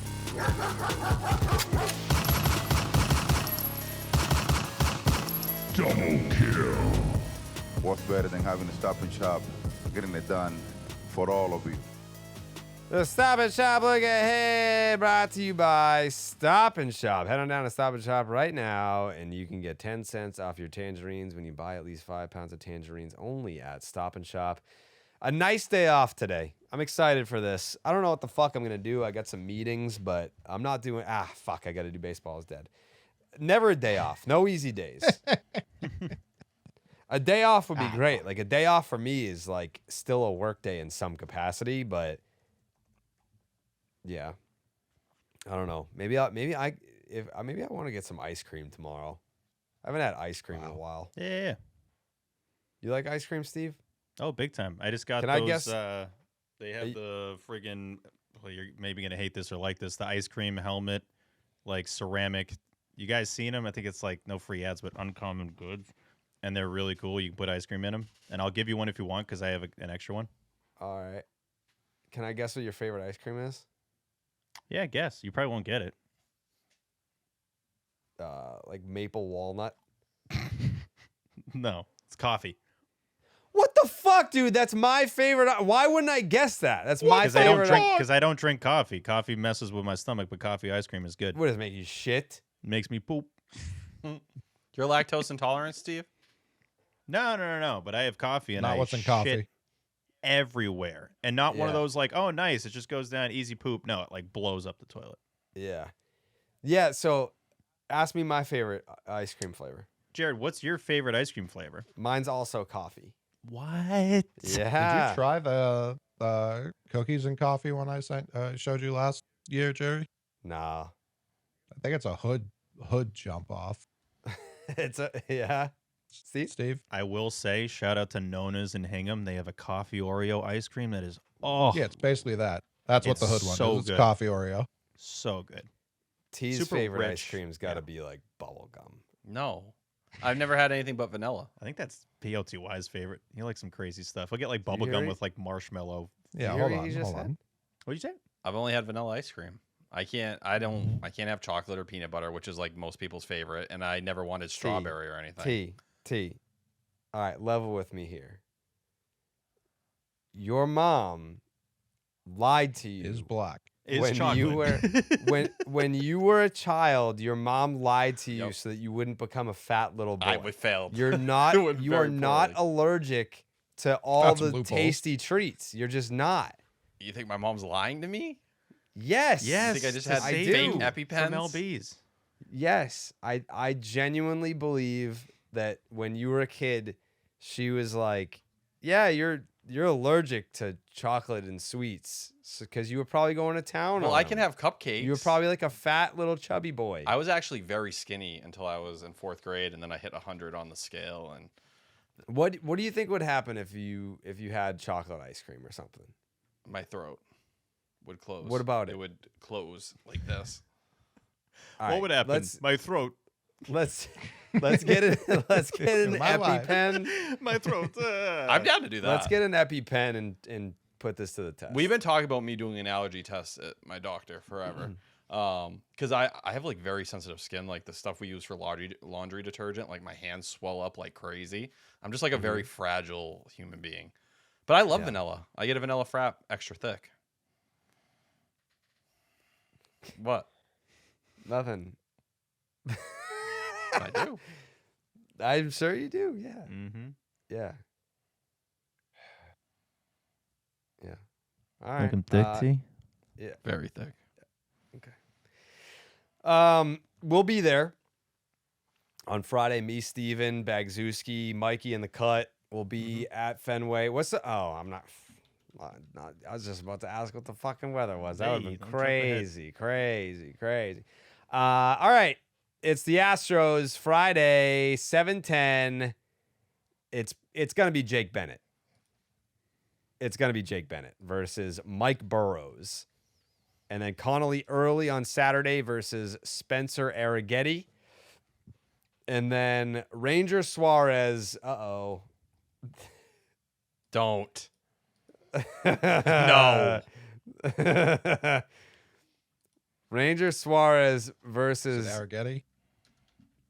No, he's pitching on Saturday. On Sunday, we're getting Ranger Suarez versus Kai Wei Tang. That sounds close. Did I get that right? Yeah, I think. See? Got you on the pronunciation. Yeah, no, you did it right. Fuck yeah. All right. That's big for a finale. Yep. That's huge. Jake Bennett. He's getting called up from AAA. He's 2-1 down there with an 0.86 ERA and an 0.71 WHIP, but just a 6.9 strikeouts per nine. Okay. Bennett was a second-round pick by the Nationals and was acquired for Luis Perales in December. He's a 6'6 lefty, weighs about 235 pounds. He's been awesome in Worcester. Mike Burrows. He sucks. 1-3, a 6.25 ERA, a 1.67 WHIP, and a 9.4 strikeouts per nine. The only win that he has this year, you're never going to guess who it came against. The Bo Sox. The Boston Red Sox. Yep. He sucks, but his one win is against the Red Sox. Game 2, Connolly early. He's 2-1 with a 2.84 ERA, a 1.20 WHIP, and an 8 strikeouts per nine. The FIP is up to 4.61 because of the 4 home runs in his last 3 starts. Only 1 start this year without multiple walks. Spencer Arrighetti, 3-0, a 2 ERA, a 1.11 WHIP, and a 10.5 strikeouts per nine. He's allowed 4 earned runs across his 18 innings in 3 starts this year, but has walked 9. He has 2 starts with 4 walks. Ron Hare Suarez, 2-2, a 3.09 ERA and 0.94 WHIP and a 7.5 strikeouts per nine. Continued his streak of only allowing 4 earned runs or 0 earned runs in his 6 starts this year. 3 out of the last 4 have been 0 earned runs. Then Kai Wei Tang, 1-2. A 2.75 ERA, a 1.02 WHIP, and an 8.2 strikeouts per nine. He was the opener for their game on Wednesday, April 28th, so assuming he will do that again here. He's a junk ball righty, 38% sweeper. So that is Jake Bennett versus Mike Burrows. That is Connolly Early versus Spencer Arrighetti. That is Ron Hare Suarez versus Kai Wei Tang. When I look ahead and you wind up dead, if you don't listen to what Steve says, even then you might still wind up dead. Caught in a tornado, get smoked by your neighbor's shed. When I look ahead, when I look ahead, Billy's gummy bears. With your mouth. Weather look ahead, brought to you by Billy's Gummy Bears. You chew them with your mouth. You chew them with your mouth. The Red Sox head back to America for a 3-game series against the Houston Astros at AMB. Game 1 Friday nights. We'll be in the building with Jerry and the fellas. Very excited for that. First day of May, the Red Sox haven't lost a game in May 2026, so that's great. 7:10 p.m. Eastern, first pitch. 56 degrees, mostly sunny, so that part's cool. Stop it. 0.1 chance percent of rain. 0.1% chance. What the hell was that? 0.1%. Yeah. No, still no. That made me mess up. 0.1% chance of rain. 10-mile-an-hour winds blowing. No. 10-mile-an-hour winds blowing towards the pesky pole. Game 2. We'll make this one cleaner. Saturday. 4:10 p.m. Eastern, first pitch, 55 degrees, cloudy, cloudy, 12% chance of rain, 8-mile-an-hour winds that are blowing out towards center. Finale is Sunday, 1:35 p.m. Eastern, first pitch, 53 degrees, cloudy, 18% chance of rain. That's, yeah, fine, you can bring that in. 11-mile-an-hour winds blowing towards the pesky pole. So, folks, stop me if you've heard this before. Pretty blah weather weekend at AMB once again. Should be able to dodge the raindrops. Might be one or two. But, yeah, we'll see this weekend at Fenway. It's just, I want the good I want that to be true, Jerry. I want you to be able to play the sound effect. I really do. But it's just not even close to that number yet. That is your weather look ahead. As always, brought to you by Billy's Gummy Bears. You chew them with your milk. Jared? What should I wear on Friday? A little jacket action. Close. It's going to get down to 48. Fuck! So I'm just reading that, you know? It's I know, but, like, there's nothing you can do? About the weather? Yeah. No, I can't change that. It's going to be cold, man. I don't want it to be cold. It's not going to be great. It's been pretty bad now all season. We had a brief hot stretch here, but that didn't last long. Yeah. 2K, what are you going to wear on Friday? Couple clothes, sneakers, joggers, hoodie, hat, maybe a chain. We'll see. That's definitely the move. Like a couple clothes. I think that's definitely the move. I'm going to do the Section 10 jacket probably. Mikey, are you going winter hat on Friday or what? What are we doing? What's the move? I might have to. I brought the pea coat out for the last game. I want to do it again, but I don't want to repeat any outfits. I want to look great at AMB, so we'll see. I got to go through the closet. I will say the Yankee series felt more pea coaty. I don't know if you're going to quite need that, but that's just me. Yeah. Prediction time. The McMahon. Place is going to be jam-packed with Astros fans. Yeah. I got a classic sweep for the hometown Stros. The hometown Stros. Damn. T? I need you guys to walk with me right now. Oh. Are you alongside me? I don't know. It depends. That's a no from Jared. Steve? I'm with you, T. Coley, how fast we walking? You're right next to me, right? T, I've seen you walk. I don't know that there's anyone capable of walking next to you. Hurtful. The Astros might be the one thing that might give this Red Sox lineup hope for a couple days. They really are. Worst ERA overall in the sport. Their bullpen ERA is 6.27 right now. The Angels are 29th at 5.58. It gets no better when you start looking at the starter side of things. They're still 30th, 5.66 ERA versus a 5.52 for Philly. If there was anything that could bring the Red Sox lineup alive to give them something for a couple days, I think this is it. And on the pitching side, I do think you have the advantage every single day. So I'm going to go 2 out of 3 on the Red Sox. I think the bats are going to wake up a little bit. Will it be fool's gold? Probably more likely than not, but I do think we're going to get a couple days of at least a bit of positivity here. Can't be all bad this year. Steven? Yeah, Chad Tracy's first game managing the Boston Red Sox at Fenway on Friday. Hoping for a W for him. That clubhouse is going to be jumping if he gets that win on Friday. Love Connolly early in game 2. Love Ron Hare in game 3. I love that Jared said the opposing pitcher's name correctly for that finale. That makes me feel really good about Sunday. Unfortunately, the Red Sox have only had 5 homers in 13 home games so far this year, so let's get the bombs going. I know it's not necessarily home run weather but the winds shouldn't be too crazy, and they're basically blowing out. So you should get a little wind help in this series. The Red Sox are 53-53 all time against the Astros. So this series is for all the marbles. This means everything. This means everything. Yeah. Give me Red Sox winning 2 only. I feel good about 2 out of 3. I really do. T had a great tweet about OB, the Ascension tweet. Oh, thank you. You never complimented a tweet for me before. It did sound like Travis Scott. Yeah, it's a good tweet. I've never complimented a tweet of yours. Definitely not. Well, that's because most of them are generic ass fucking, like, you're trying to, like, you're Daily Loud. You're Red Sox Daily Loud.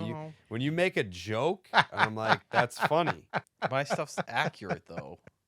Yeah. Say cheese ass Twitter account. Yeah. Like, it works for UT, but aggregating is beneath you, as I've said countless times. But if that's how you're, that's how you build your audience. I don't knock it. I just wish that you did more like, this is T talking, not this is aggregator robot. I feel like I've found a good medium of it. No. You don't think so? Nope. It's all aggregation. Nope. All of it. Literally, it's all aggregation. We need you to become like your TMZ, like Tyler Milliken sports. Like I need that to be you. Okay. Yeah. I mean, yeah. It's good though, because I go to your Twitter page to get caught up on stuff. That was always the point of the page. That's what I wanted it to be for people. Yeah. T, I think your work ethic is unmatched. I've appreciated it from a social standpoint because I got all the fellas in TweetDeck now. And so if there's a video I need, I know you normally got it. Even though you didn't have one that I needed last week. Which one? Oh, Duran, right? Yeah, Duran. Yes. So I'm going to ding you for that one. That's fair. But you were probably doing important things. I think I was at Martha's that You know what? I was trying to find the Trevor Story sound.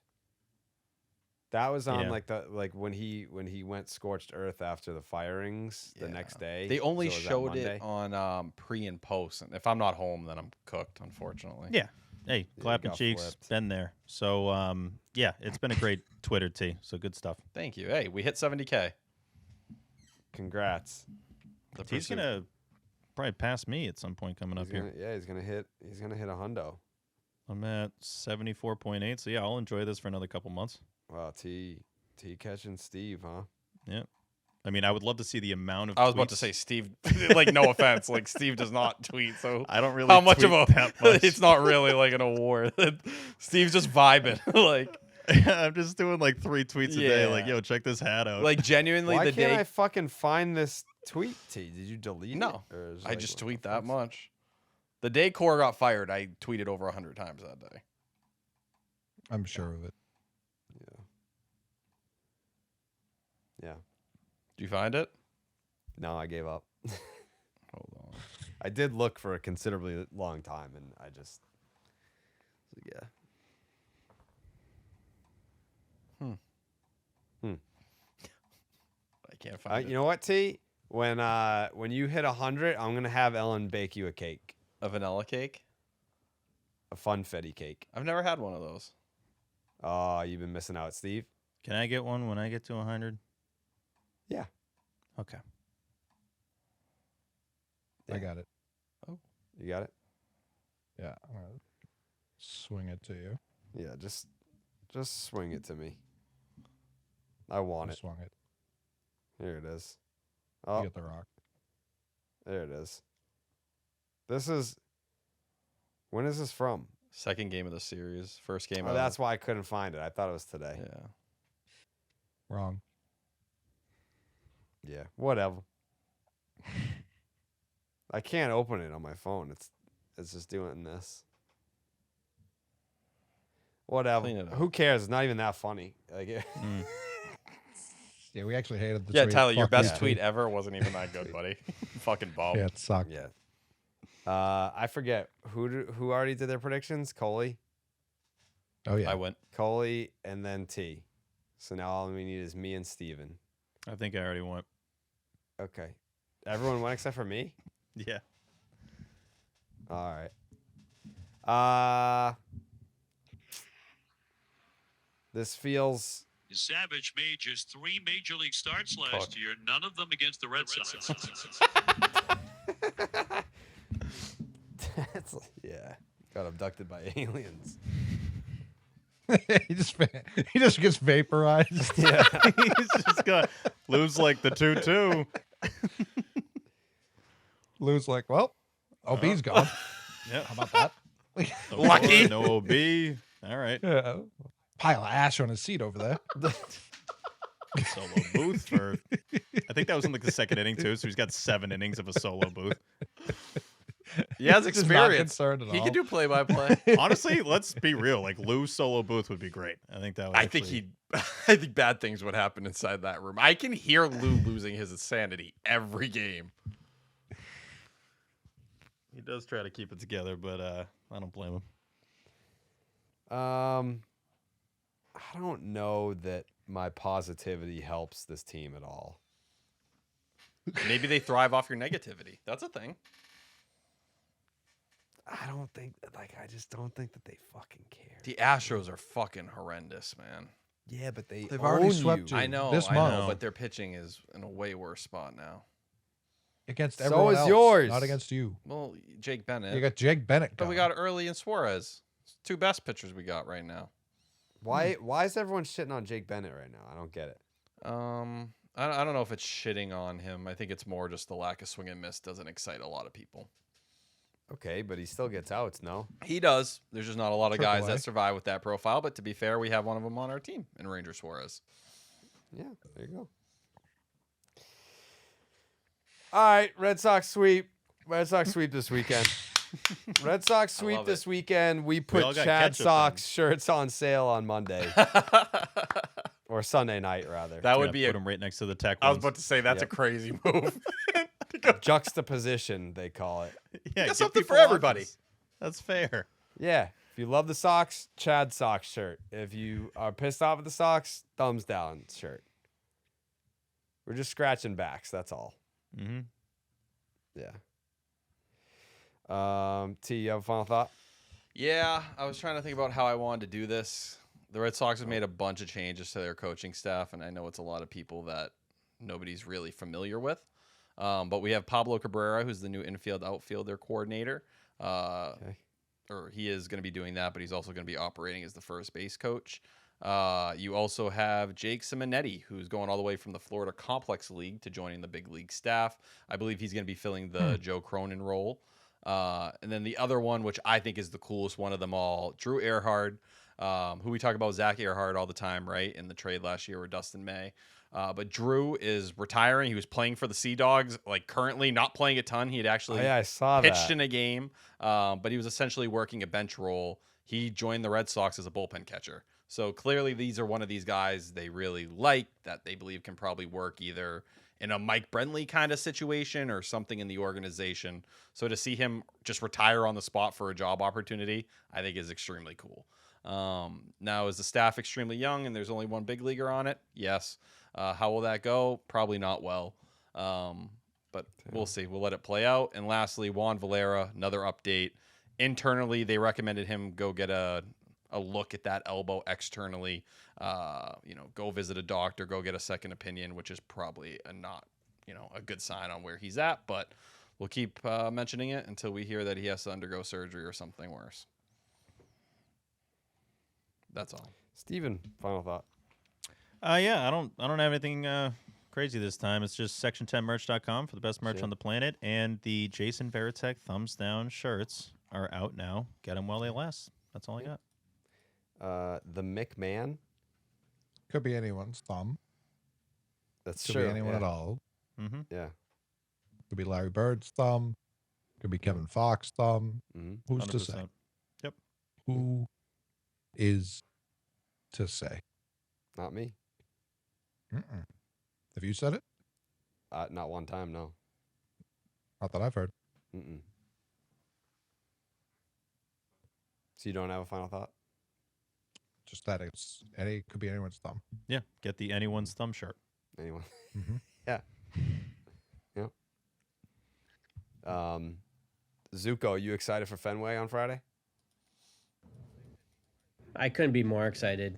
And with that, I just wanted to say, April showers bring May flowers, and ready to turn the page. And I know we had a crazy month of April, but we're gonna have a big May, boys. Wow. Imagine they just fucking run the table in May and they have the best record in the American League. I'm gonna be honest. Like, if you told me they What would sweep their the record be? Astros, I wouldn't be shocked. They get Yeah, to what does that 500 make at them? home if they sweep the Astros. Anything after that, the schedule gets really fucking hard the next month. I think that's also part of the reason people are kind of negative. I mean, in addition to the fact that they're just not good. Yeah, well, Yeah, no one's like- looking at the they schedule. kicked everyone out. Yeah, like who cares about the schedule? It's like they're just bad. 28 games. So, yeah, they'd be 40-19 if they run the table in May. That's pretty good. That'd be unbelievable. Yeah. Is that the 2018? Yeah, what's pace? up, haters? 40-19. Tell me that's a bad record, you dicks. Yep. Like right now, they are the third worst team in the American League. So not the worst. Yeah. But T they're T 3 will games out of a legally- wild card spot. No one's talking about that. T will legally sneak into Canada if the Red Sox run the table in May. Who's stopping me? I'm just gonna swim. It's that one street that has you two will lanes on it. you'll definitely stop you if swimming's involved. Sox are 3 games out, bro. Come on. They're What are we 3 talking games out. And they could be 40-19 soon. Like, come Someone had the balls to actually tweet that at me when I was like, this team's fucking pathetic. And they're like, dude, you need to relax. They're only 3 games out of a playoff spot. I'm like, Totally I know right. you don't believe that.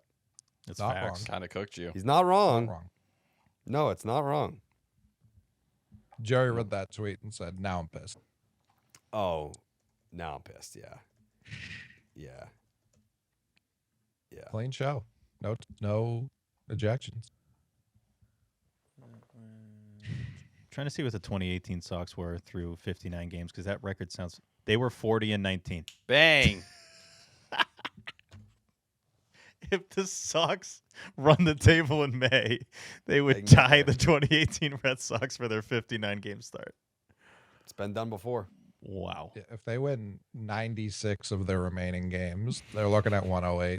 They're staring it right in the face. It's right. I can reach out and touch it. It's right there. Right there in front of them if they're brave enough to go take it. It's still on the table. Yeah. It cannot be dismissed currently. Mm-hmm. Their best baseball is likely in front of them. Mm-hmm. No way it's behind them. Yeah. No chance. If it is, we're picking No number 1, chance. baby. Yeah. Their best baseball is still looming large Mm-hmm. in 2026. Just get to 40-19. If they get to 40-19, I think we have a completely different conversation about what's in store for this season. You know, Chad Tracy's getting a 10-year deal, dude. if they get to 40-19, I promise you, my outlook changes on Yeah. the direction of Oh, the yeah. season. We're gonna live stream the 39-19 game, and then if they lose that, just be like, "I told you, this team fucking blows." Yeah.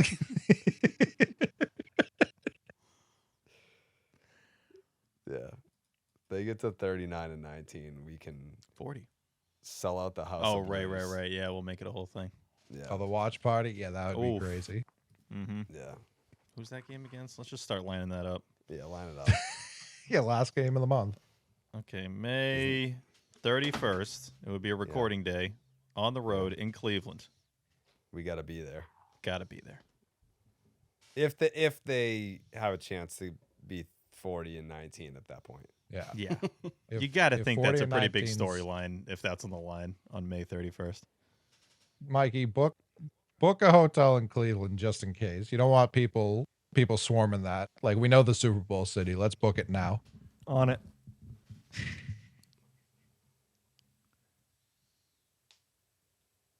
All right. I can't wait.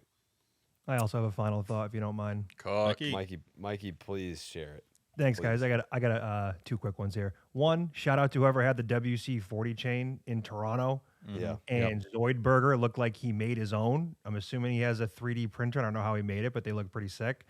And then the other thing, He does today, have a pretty April quick 29th, now yesterday for the listeners, Roger Clemens was the first player ever to have a 20 strikeout game against the Mariners in 1986 at Fenway Park. And he said that day he had a really bad headache. So I'm thinking more headache for the Red Sox pitching staff, which will lead to more strikeouts. You almost missed that game. Yeah, he was late. He was on Starro Drive. Got a police escort. Yeah. And they weren't going to start him. He's like, I'm starting tonight, Skip. Yep, he was the first, and then he was the second as well to have a 20 strikeout game on September 18th, 1996 at the Tigers. And since then, just Kerry Wood, Randy Johnson, and Max Scherzer, the only other pitchers to have 20 strikeout games. Yeah, that's right. Yeah, they almost, I want to say, is it Randy Johnson's 20 strikeout game that they don't officially recognize? There's an or no. extras, right? Huh? Yeah, like he think struck Randy's out went to 20. He struck out 20 in 9 innings, but the game went past 9 innings. So it's like, oh, it wasn't a 9-inning game, but it's like he struck out 20 in 9. So it's like not an official 20 strikeout game, but it should be. That's like Pedro's perfect game, but it was 0-0 and went to extras. Was it a perfect game or was it a no-hitter? It was a perfect game. John Flaherty? It was definitely perfect for Pedro. And he came out for the 10th. June 3rd, 1995. I think he hit a guy in the 10th. No, he gave up a hit to John Flaherty. Man, last one was Scherzer, Mikey. I'm getting 10 years ago. Bip Roberts. Sheesh.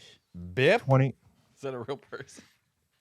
Yeah. It is. It doesn't sound like it, but it is. Only twice this century. Wow. It doesn't happen. Jake Bennett's going to do it on Friday. Mm-hmm. I hope so. Just needs a headache. Just needs a headache. Let's get some headaches, boys. All right.